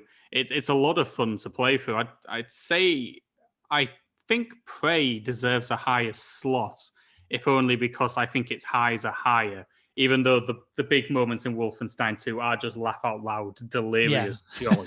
So that makes it even harder still. At its best, both games are a lot of fun. So yeah, I don't really know where to put this either. It's somewhere around Oblivion, Prey, New Order for me. Yeah, I agree with that. I'd absolutely have it above New Order. And then it's a case of, I was in a similar boat to you. I think it's probably start to finish a better game than Prey. But I really do think that, if I was making a list of games that people should play here from this list, I think Prey does enough unique, fun stuff that I would put that above New Colossus. I just think Prey's more something I would want people to experience, just to see that kind of creative, clever spin on certain game mechanics. Whereas New Colossus is kind of, it's great, but it is just more crazy Wolfenstein. Yeah, I agree with that. Let's slot it in between Prey and the New Order and move on to our next game, which is Fallout 76, which came out all the way back in 2018 to a disastrous launch filled with errors and hate and thorough dislike for what it had created. We know it's been heavily reworked since, but I don't think anybody would still argue that this is a particularly enjoyable Fallout game to play, even with all that work done to it. Yeah, I mean, Fallout 76 has got a lot better. They made the bold decision to finally add actual non-playable characters to the world at some point, because this game ludicrously chose to launch with like the player just getting quests from just speakers in the world, just people in a different location sending them quests. No idea why. They had this stupid big picture angle where they were like, oh, we want everyone you see in the world to be a real person. It's like, yeah, but that's not how games work. So, don't do that.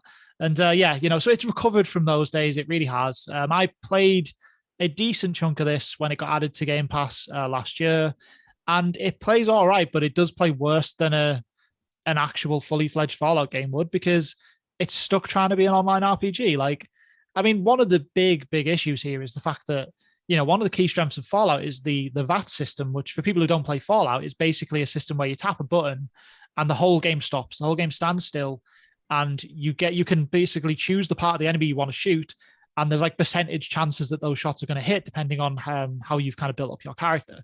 And that's a vital part of playing Fallout. You might be like dreadful at a lot of other types of combat, but you can get headshots in VATS really well because of the way you've built your person up. Now, 76 can't stop time in VATS because it's an MMORPG. Everyone's in the same world at the same time, so you can't pause the game. So it still kind of does VATS, but it just does some sort of, it's like the calculations come up for the shot percentages, but everything stays in real time. And that just kills it. That just completely kills that idea dead. It might as well not be in the game. There's no point in having a VAT system where everything moves at a normal speed, because it's meant to be a strategic system. It's stupid. So it loses that. I think one of the key strengths of Fallout has always been that, it's world building and its characters and stuff. And this game doesn't want to do any of that. It just wants you to be a nobody in the middle of a wasteland. So it loses out on that as well. There's not a lot of positives to say. They launched a horrendously overpriced premium subscriber system last year or the year before. That was an absolute ripoff. So that sucks too. Look, I mean, how low do we go, Josh? That's the question. I mean, let's be honest, Fallout 76 is a bad idea poorly executed, which is about as bad as games can get. When you have something which is fundamentally you shouldn't do, you do it anyway, and you didn't even do a good job at the thing you shouldn't do. Yeah. So to me, this is the worst game on this list. It's fundamentally a bad game. It takes everything that's good about Fallout and just ruins it. Like Fallout, the game is not meant to be played in this style. The Elder Scrolls, I can see how you can make an online version of that game. Yeah. I don't think you can make an online version of Fallout. And judging by what the reaction was to this game and for what I've played of it, you can't make an online version of Fallout, or you certainly don't make this online version of Fallout. Yeah, I agree with that completely. And shout out to the fact that they just randomly made a battle royale mode as well, because of course they did. Like just keep chasing whatever the trend is, guys. Don't make actual Fallout. Let's just keep doing weird, stupid stuff. But yeah, look, I mean, we put Elder Scrolls Online second bottom in our list, only above Rage. And Elder Scrolls Online is a genuinely good game. So if we use the MMO rule again here anyway to say that this can't go high up because it's not a good Game Pass game because you have to commit too much time to it, and also it's a dreadful game, then, the only thing that's standing in the way of me putting this bottom is how funny I find it that Rage is last. So does it go last or does it go above Rage? I think it's got to go last. I'd rather play Rage than this game, to be honest. As funny as it is to have Rage that low, I think Fallout 76 is a much worse experience. Nah, you are right. The dream is dead. Well done, Rage. Let's move on to our next game. And this Rage 2, which came out in 2019. So is it better than Rage, which was almost beaten out by something inherently broken? Yeah, it is. It is. I've played a good bit of Rage 2, but frustratingly over a few different save files. I've just had one of those situations where Rage 2 is just not a game I'm meant to complete. I had like about an 8-hour save file on my PC, and then my PC died. So I got a new PC and realized that it hadn't cloud saved, so I didn't have my save anymore. And then I played about 5 hours of it on that PC, and that PC died. So I'm now on my third PC, and I'm not even going to install it because I just like this. It's cursed. But nonetheless, I've spent about 15 hours in the company of Rage 2 over those two mishaps, and it's decent enough. Again, they make good shooting mechanics. They always have. The world is similar setting to Rage 1, this kind of Mad Max looking apocalyptic world stuff, and it's fine. The driving is a little better in this one, at least. It actually feels okay to drive the cars around. And yeah, that's all I can really say is that the shooting is actually like decent. You're minute to minute, if you're in a gunfight in this game, you're having a decent time. It's not tedious. It's obviously, given that it's not from 10 years ago like the original Rage, this it still holds up today. Obviously, it's only a couple of years old, so it still feels quite tight and nice to play now. It just doesn't do anything exciting. That was kind of the core critical reception with Rage 2 as well. I think it came out to a lot of like 6s and 7s from big critics because they just said it's fine, but like there's nothing, there's no reason to recommend this over any other shooters around. It's just all right. And I kind of echo that sentiment from the 10 or 15 hours I played. And look, I mean, this list of stuff here, it's a strong list of games. So I think Rage 2, even though it's fine, it's going to really struggle. It's going to really struggle on this list. Yeah, I mean, look, Rage. I don't know why Rage 2 got a sequel to begin with. I don't think anybody was clamoring for one. Nah. It was a bizarre decision to make it. It came out to the muted applause I think we all expected it to get. I think it looks slightly more colorful and slightly more exciting than the original Rage, which isn't saying much because the original Rage was like sodden rice pudding. It was that bland. Yeah. So, we've added a swirl of jam to the rice pudding that is Rage. But how low does it go? It's not going to be better than Doom 2. It's just not. Doom 2 is still mechanically Doom. I don't believe any shooter which can be described as an average shooter can be better than Doom 2 because Doom 2 is a Doom game at its soul. I think Rage 2 is better to play than Doom 2, but that's only because I, again, find the level design in the back end of Doom 2 just the worst. It's the worst. The worst level design on this list is Doom 2's second half. So, that is a big issue. It really is. But again, though, Rage 2 is just so plodding. And you do still have that first half of Doom and the fact that it's like, Doom 2 is still Doom at heart. You still do a lot of good shooting of demons. So I'm at a crossroads here. It has to go above Morrowind. Again, I've already said Morrowind's a fantastic game, but it is brutal to try and play in this day and age. So I can compromise and put it just above Morrowind if you want. So that'd be below Doom 2. I think that's fair. I think that's where it belongs on the whole. So let's move on to our next title, which is Wolfenstein Youngblood. Now, we spoke how Fallout 76 was a fundamentally bad idea. I'm going to say that a co-op Wolfenstein game is also a fundamentally bad idea. And from what I've played of Youngblood, it doesn't particularly do a good job of it either. It's a fairly miserable gaming experience, is this one. I don't know if you've spent any time with it yourself. Nah, I kind of got taken. I was looking forward to this when it was on its way out, just because more Wolfenstein. New Order's great, Old Blood was good, New Colossus was great. So I was like, oh yeah, sure, I'm definitely going to play more of this. But they had a weird little run in the last couple of years of making Wolfenstein games that are just a bit, dull. Like Youngblood is one, and then they made a VR game as well. I think it was Cyberpilot or something. Apparently, that's also very mediocre. So I don't know. Strange little missteps for the series. Yeah, I've not looked into this one. I'm kind of curious as to what makes it so like bad or dull. Like, because I assume this plays like the other Wolfenstein games, or does it not? I mean, the worst thing it does, it adds a big helping of RPG mechanics. The upgrade system is never more needed in this title, and Wolfenstein just does not need to get bogged down in menus. It just absolutely does not. Fundamentally, as a co-op shooter, the AI partner's not great, so you're doing the work of two people. Wolfenstein's a difficult series. It's even harder when you're just saddled with somebody who can't do the job for you. I think it needs to be played with two actual humans, and even then, just everything about it, the tone is off. It's not as fun as it was. It shifted characters from BJ Blazkowicz to his daughters, which I think is a nice idea, but it just didn't come off.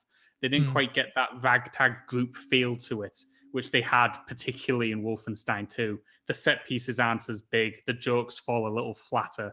Everything about it just doesn't work for me. And it's a real shame because you know how much I love this series. I think Wolfenstein is a great, fantastic game series. But to me, Youngblood is just a big misstep. And I don't imagine they'll be revisiting it anytime soon. Yeah, that's fair. So, I mean, yeah, I'll leave this one to you then. Like, how low does this go? How disappointing is it? I think it's worse than Rage 2. Yeah, in my opinion, I don't think it's a good game, and that's just the fundamentals here. Youngblood. Yeah. If this is a short title of 7 to 8 hours, and I played about 4 hours of it and couldn't be asked to finish it, and I need a why, and I couldn't be bothered to. That's for the sheet. Yeah, wow, that's damning. Considering the evidence you've put forward there, I'm tempted to make the bold move of putting it below Morrowind. I mean, Morrowind again is very, very tough to play in this day and age, but there's quality buried under that, right? Whereas if this is a bit dull to play and there's not any quality to find, then does it go below it? I'm happy for it to go below, mainly because once again you said the word Shenmue when you talked about Morrowind, so there must be something there. So yeah, let's put it above the Elder Scrolls Online, which is a much better game than this, but fundamentally breaks Game Pass. To once again describe our ridiculous reasoning.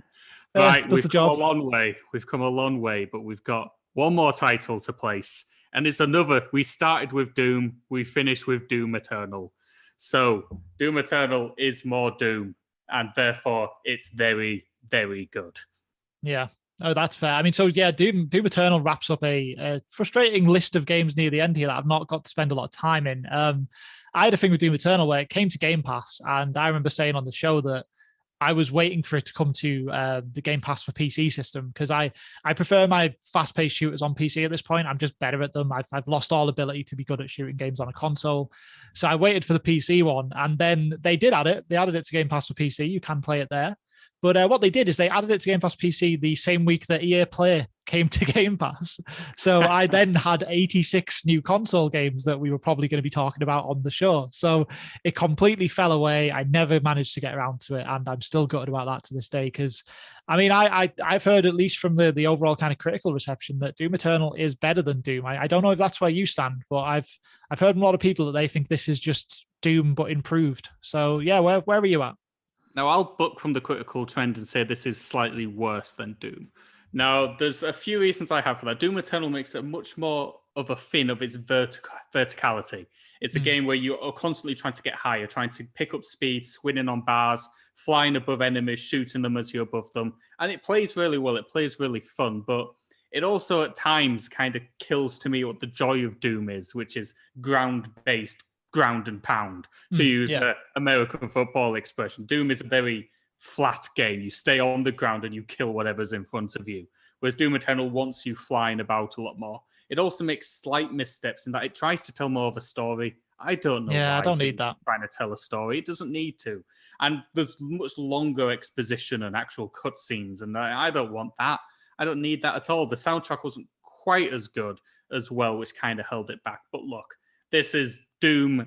Doom Eternal is just Doom, but slightly bigger, slightly grander. I don't think it's quite as good, but this is still Doom, man. And Doom plays as satisfying as anything. The shooting is still exemplary. There's some wonderful moments of level design. Occasionally, that more focus on almost platformy elements plays out better than you'd think for you say first-person platformer and you wince. And yet this game kind of makes it work. It doesn't ever fall into frustration, which I like. It gets that speed going, which is when it does come together for me. So there's a lot to like about Doom Eternal. There's a lot of good moment-to-moment gameplay stuff, but it's not quite as good as Doom. I'd still put it directly beneath Doom. I think it's as good as that. I think it's a better game than New Vegas because this is still Doom at the end. Of the day. No, I was wondering about that because obviously, you mentioned that it makes a couple of maybe missteps in terms of its direction. Like, I don't know, like I can't make too much of a judgment. I've not played it, but is there any part of you that would say it should go below the open world gatekeepers, or does it belong right, like paired up with Doom 2016? I think the two are back to back where they should be. I'd maybe say New Vegas is a more interesting game than Doom Eternal. Yeah. I think it's better than Oblivion to play now. I think you'll get a lot more joy out of Eternal now. But I think New Vegas has a lot of interesting things to it, and Bethesda games, they're known for their RPG, so I feel it should have some high representation. And in my opinion, New Vegas is the best one they've made. So yeah, I'd say beneath New Vegas, above Oblivion. Yeah, I think that works. I think there's been other occasions in this list where we've kind of maybe knocked a few points off if something is just more of a good thing rather than really branching out to do something better with it. So I think that's a good fit. I'm happy with that. Okay, and that is that. That is the lot of it. We have ranked all of Bethesda's games from worst to best. To say again, you can't really go wrong here. There's a lot of very good games on this list, but let us start from the very bottom and work out the order which we've placed them. In at number 26, it's Fallout 76. Just trash. Nobody should play that game. Keep where it is. Down at number 25, I was tempted to just forget it anyway. It's Rage. Don't play Rage. Rage is very much the, if you listen to our sports special, Rage is like Rory McIlroy. You're just completely forgettable and you just don't even know it's there. Don't even need it. Down at 24, by virtue of our ludicrous rule that it will ruin Game Pass for you, The Elder Scrolls Online. Look, if you want to play it, you'll probably love it, but, it is where it is. Just a quick one on that as well, though. Ludicrous rule for sure, but also, Elder Scrolls Online, if you get into it, you're gonna have to buy all the DLC. So that's money you have to spend as well. So it further ruins Game Pass. We're just trying to save you money here, guys. Yeah. Down in at number 23, it's Wolfenstein Youngblood. I don't care for that game. Wish it was better. Let's hope the next Wolfenstein game is a significant step up. Down at number 22, perhaps cruelly, depending on who you ask. Cruelly, probably. The Elder Scrolls 3 Morrowind. Now, we all know it's a legend of the genre, so maybe if you want to play it, you'll love it, but it's old, man. It's an old game. Yeah. It's an old game. Down in 21 is Rage 2, because even a better Rage is still a bad Rage. Let's be honest. There's a motto to live by. Yeah. Absolutely shafted down at number 20 is Doom 2, which is ludicrously about 10, maybe 15 places lower than it should. That level design is rough. It's really bad. But it's still Doom. So once you've played Doom 93, you'll want to play it. In at number 19 is Fallout 4, because that's where it should be, to be honest. Not a great Fallout game. Totally Sorry. Agree. It's just not that good. Probably slightly cruelly down at number 18 is Dishonored, which is a much better game than we've made it out to be. But we're starting to enter the part of the list where there's no real wrong answers. These are all pretty good games from this point forward. Let's painfully say that. Down in at 17, and people will be furious about this one, is Fallout 3. We all know it's not as good as you remember. That's it. Not as good as you remember. That's all we can say on that one. Down in number 16 is the DLC pack that is Wolfenstein: The Old Blood. You like Wolfenstein, you'll like that, but it's hardly memorable. Down in at 15 is Doom 3, the BFG edition, weird little Doom side projects, but we kind of dig it. We kind of like where they're going with them. That's worth your time. Down number 14 is The Evil Within 2. Survival horror, not weird enough. Down in at number 13 is Dishonored Death of the Outsider. Real good game. Like that one a lot. Definitely want to pick up and give it a go. Down in at number 12, Shinji Mikami's weird version of The Evil Within, which I definitely think people should give a go to. I think you'll enjoy it. Down in at number 11, and please don't shout at us, or do shout at us if you so wish. Yeah, The Elder Scrolls 5 Skyrim. That's a big bold declaration there. Skyrim's only 11. Down in at number 10, beaten up by a Nintendo 64 game. Oh, you love to see it. Doom 64. Fantastic game. It's a Doom game. You're going to love it. Yeah. Got to love some of that.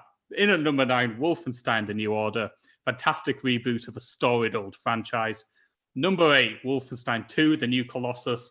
We can't spoil the best moments, but do tell us what you thought when you saw those great very moments. Very much, yeah. My God, they're fantastic. In at number 7 is Prey. Definitely one to check out. If you've played a lot of these games and you haven't played Prey, I'd make that your first port of call. It's a damn good game. Yep. Really underrated. In at number 6, The Elder Scrolls 4 Oblivion. 5 places above Skyrim, just to make that very clear so you can hate mailers accurately. 5 places better than Skyrim. Where it belongs. Where great it stuff. Should be. Great. You'll have to see it once again. In at number 5, the top 5 is Doom Eternal. Just came out this past year. Damn good game. If you want your Doom modern and fast, you'll love yourself some Doom Eternal. In at number 4, the best Bethesda RPG, at least by our standards, is Fallout New Vegas, Obsidian's slightly odd take on the Fallout formula, and the best it's been for me. It's a damn good game, well worth playing. In at number 3 is the reboot 2016's Doom. My God, if you've not played Reboot Doom, you can't play it yet because it's not in Game Pass, but you'll love it when you can do. It'll be there soon and you'll love it, yeah. You'll absolutely love it. Number 2 is Dishonored 2. Some exemplary game design in this game. Some of the moments in this you will scream with joy. It's that damn good. And in at number 1, as I said at the very start of this, not just the best Bethesda game, but one of the greatest games of all time is Doom 1993. I kept it at the top, guys. Yeah. I did it. I'm getting real Royal Rumble vibes from Doom. You know, it's coming at number 1. All the other games are coming in. It's throwing them over the top rope. It's got rid of them all. It's stayed there at number 1. But yeah, you know, it deserves it. You know, like the top of that list, I think particularly number 1 and 2 are absolute masterpieces of the genres they're trying to hit. I think Doom 93 and Dishonored 2 are as close to perfection in what they're trying to be as you're going to get. But Doom 93, for anyone who's listened to this whole countdown, just if you've never played that game, don't be put off by how old it is. Like I honestly believe you'll be floored by how well it plays, because even I am. You know, I finally finished it just this week, and it's unbelievable how well that game plays for such an old game. I mean, and this is from a man who once said Perfect Dark was better than Doom. So Perfect Dark was better when it came out. It just was. My God, he's still saying it. Maybe one day he'll stop saying that. But do let us know what you guys think. Hit us on the email. Hit us on our socials. We'll be posting this up. Let us know what you think. Is Doom the best Bethesda game? It is. But am I wrong? I'm not. But I'd be. If I am. I'd be really interested to get some maybe top 3s or top 5s. If you want to tell us that we're completely wrong, if you've got any of these, you know, in your top 5, there's a ton of great games in here. So there's very few wrong answers unless you have Rage at number 1. Definitely just post those around. We'd love to see them. Yeah, can't wait to see what you guys think. And you can thank me all later when you finish Doom 93 and you've also become a massive Doom head. All right, then. So time to close out this gigantic Bethesda special with some news. And the big bit of news this week is back to Bethesda. So we've got even more from them. So, I mean, a lot of the news that we've had this week, including the fact that all those games appeared in Game Pass, was delivered at the Xbox and Bethesda Roundtable event, which was this week. Now, last week, we might have mentioned in our news segment that Microsoft basically said there'd be nothing good in this event. They said there'll be no news, there'll be no reveals. It's just a look at the new teams that are coming in. And they kind of did the whole, under promise and over deliver thing here, because we actually got a bit of interesting news. So obviously, first one was all the Game Pass games we've already spoke about. We got some other news, such as Bethesda are going to be doing an event in summer, or they'll be doing an event with Microsoft in summer to talk about new and upcoming games. So we'll be hearing pretty soon about their next big projects. We also got told that they're going to be adding some Xbox Series level functionality into some Bethesda games soon. So we'll be getting things like FPS boost, which will boost some of these older games up to like 60 frames or maybe even 120. So that's awesome to see. That's some good stuff. Now, the main event really from this was that Phil Spencer finally had some words to say about potential exclusivity of Bethesda games, which, it's something that people have been wondering about for a long time, been trying to figure out, will the next Elder Scrolls be on PlayStation and things like that. And I mean, I'm going to go through Phil's quote here and then we'll briefly discuss it. But Phil basically said on this, quoting here, obviously, I can't sit here and say every Bethesda game is an Xbox exclusive because we know that's not true. There's contractual obligations that we're going to be seeing through. We have games that exist on other platforms, and we're going to go and support those games on the platforms they're on. There's communities of players, and we'll continue to invest in them. And even in the future, there might be other things, contractual things, or legacy content on different platforms that we'll go and do. But if you're an Xbox customer, the thing I want you to know is that this is about delivering great exclusive games for you that ship on platforms where Game Pass exists. So, quickly breaking that down then, I mean, I think that's the strongest word we've had in a long time to say that your big tentpole Bethesda games, they're going to be on platforms where Game Pass exists, which is currently Xbox and PC. I think from what Phil's saying here, I basically get the impression that existing games like Elder Scrolls Online, Fallout 76, the new content will obviously come to the other consoles, and maybe re-releases of older titles will come to things like the Switch and the PlayStation. But yeah, based on that last line, I think it sounds like your big picture like Elder Scrolls, Fallout type games are going to be just on Xbox. Well, it's very exciting news for Xbox only owners, isn't it? Let's be honest. Yeah. If you're sole owner of a Series X or an Xbox One, then this is as good a news as you'll hear all year. I mean, we've spoken at length about Microsoft's troubles with putting out good first-party content. Anybody who heard our Xbox One exclusives of the generation list will know there weren't that many good ones. So hopefully, with the 79 studios they now seem to own. Its entire problem should be solved. This generation for Xbox owners, particularly those with Game Pass, where all these games will be launching day one. I mean, an Elder Scrolls game, day one, into a service which you don't need to pay anything additional to, that's mind-boggling, man. That's crazy. It's absolutely nuts. And I mean, that's one thing as well that, this whole week of Bethesda-based content, all these games coming to Game Pass, one thing that it's really struck home with me this week, just how many insane franchises and series as Microsoft now own, because I've been jumping through these games all week and like Doom, Dishonored, Fallout, Elder Scrolls. It's mad, like absolutely mad that all of the games from those types of series are going to be day one Game Pass. You won't have to pay any more money. It's wild. It's exciting times for Xbox, definitely. And I think there's a part of me as well, because I know a lot of people think, it's that you shouldn't be celebrating when games get locked away from different platforms. And, it's just one of those things. It's part of the game, right? Sony bought Insomniac recently, and their games will only be on PlayStation and stuff now, and it's just the way it goes. But I think with Bethesda in particular, like Bethesda always have problems with kind of jank in their big massive games. Like I'm kind of on board for Bethesda trying to target less consoles, to be honest, because I feel like that's gotta improve it a little bit, right? Like it must be helpful to not have to think about this needs to work on like 4 platforms or something. Now it's just an Xbox and a PC. So yeah, I don't know. It's good signs for Xbox either way, and yeah, just really exciting that all these things are going to be coming straight to Game Pass. That's the main thing. But yeah, anyway, so moving on, we just got a quick, more of an announcement really than some news, but there is a Square Enix event this week. So if anyone would like to catch that, that's going to be on the 18th of March, going to be starting at 5 p.m. GMT over here in the UK. So going to need to figure out that time for yourselves if you're not over here. But they've announced that this is headlined by a new Life is Strange game. So that's one of the premier talkie-walkie game series. I know we both particularly liked Life is Strange 2 that was in Game Pass last year. So that's going to be on the show. And then beyond that, there's just a bunch of other announcements, like stuff to do with Tomb Raider's anniversary and apparently some form of content on Balan Wonderworld, because why not? But so if you want to catch that, you can find it on March 18th at 5 p.m. If not, we will be breaking it down next week on the show. So just find out then. Right, okay then. Well, that's the end of the news and the end of the show this week. So until next time, if you want to catch us on social media, you can find us on Twitter at Beat the Sheet. If you want to drop us an email, you can find us at beatthesheetpodcast@gmail.com. So until next time, I am Andy Wood, and I've lost a percent this week, down to 67%. But I mean, 8 Bethesda games did get added, so that was always going to happen. And my name is Josh Jameson, and I remain on 57% of the sheets, but I did get doomed to number 1, so my life's work is over. It was a good effort, you know. It was touch and go for a while. I thought I might be able to battle it down at some point, but yeah, the game's fantastic, so it deserves to be where it was. Right then, anyway, guys, thanks a lot for listening this week, and we'll catch you again next week. Bye.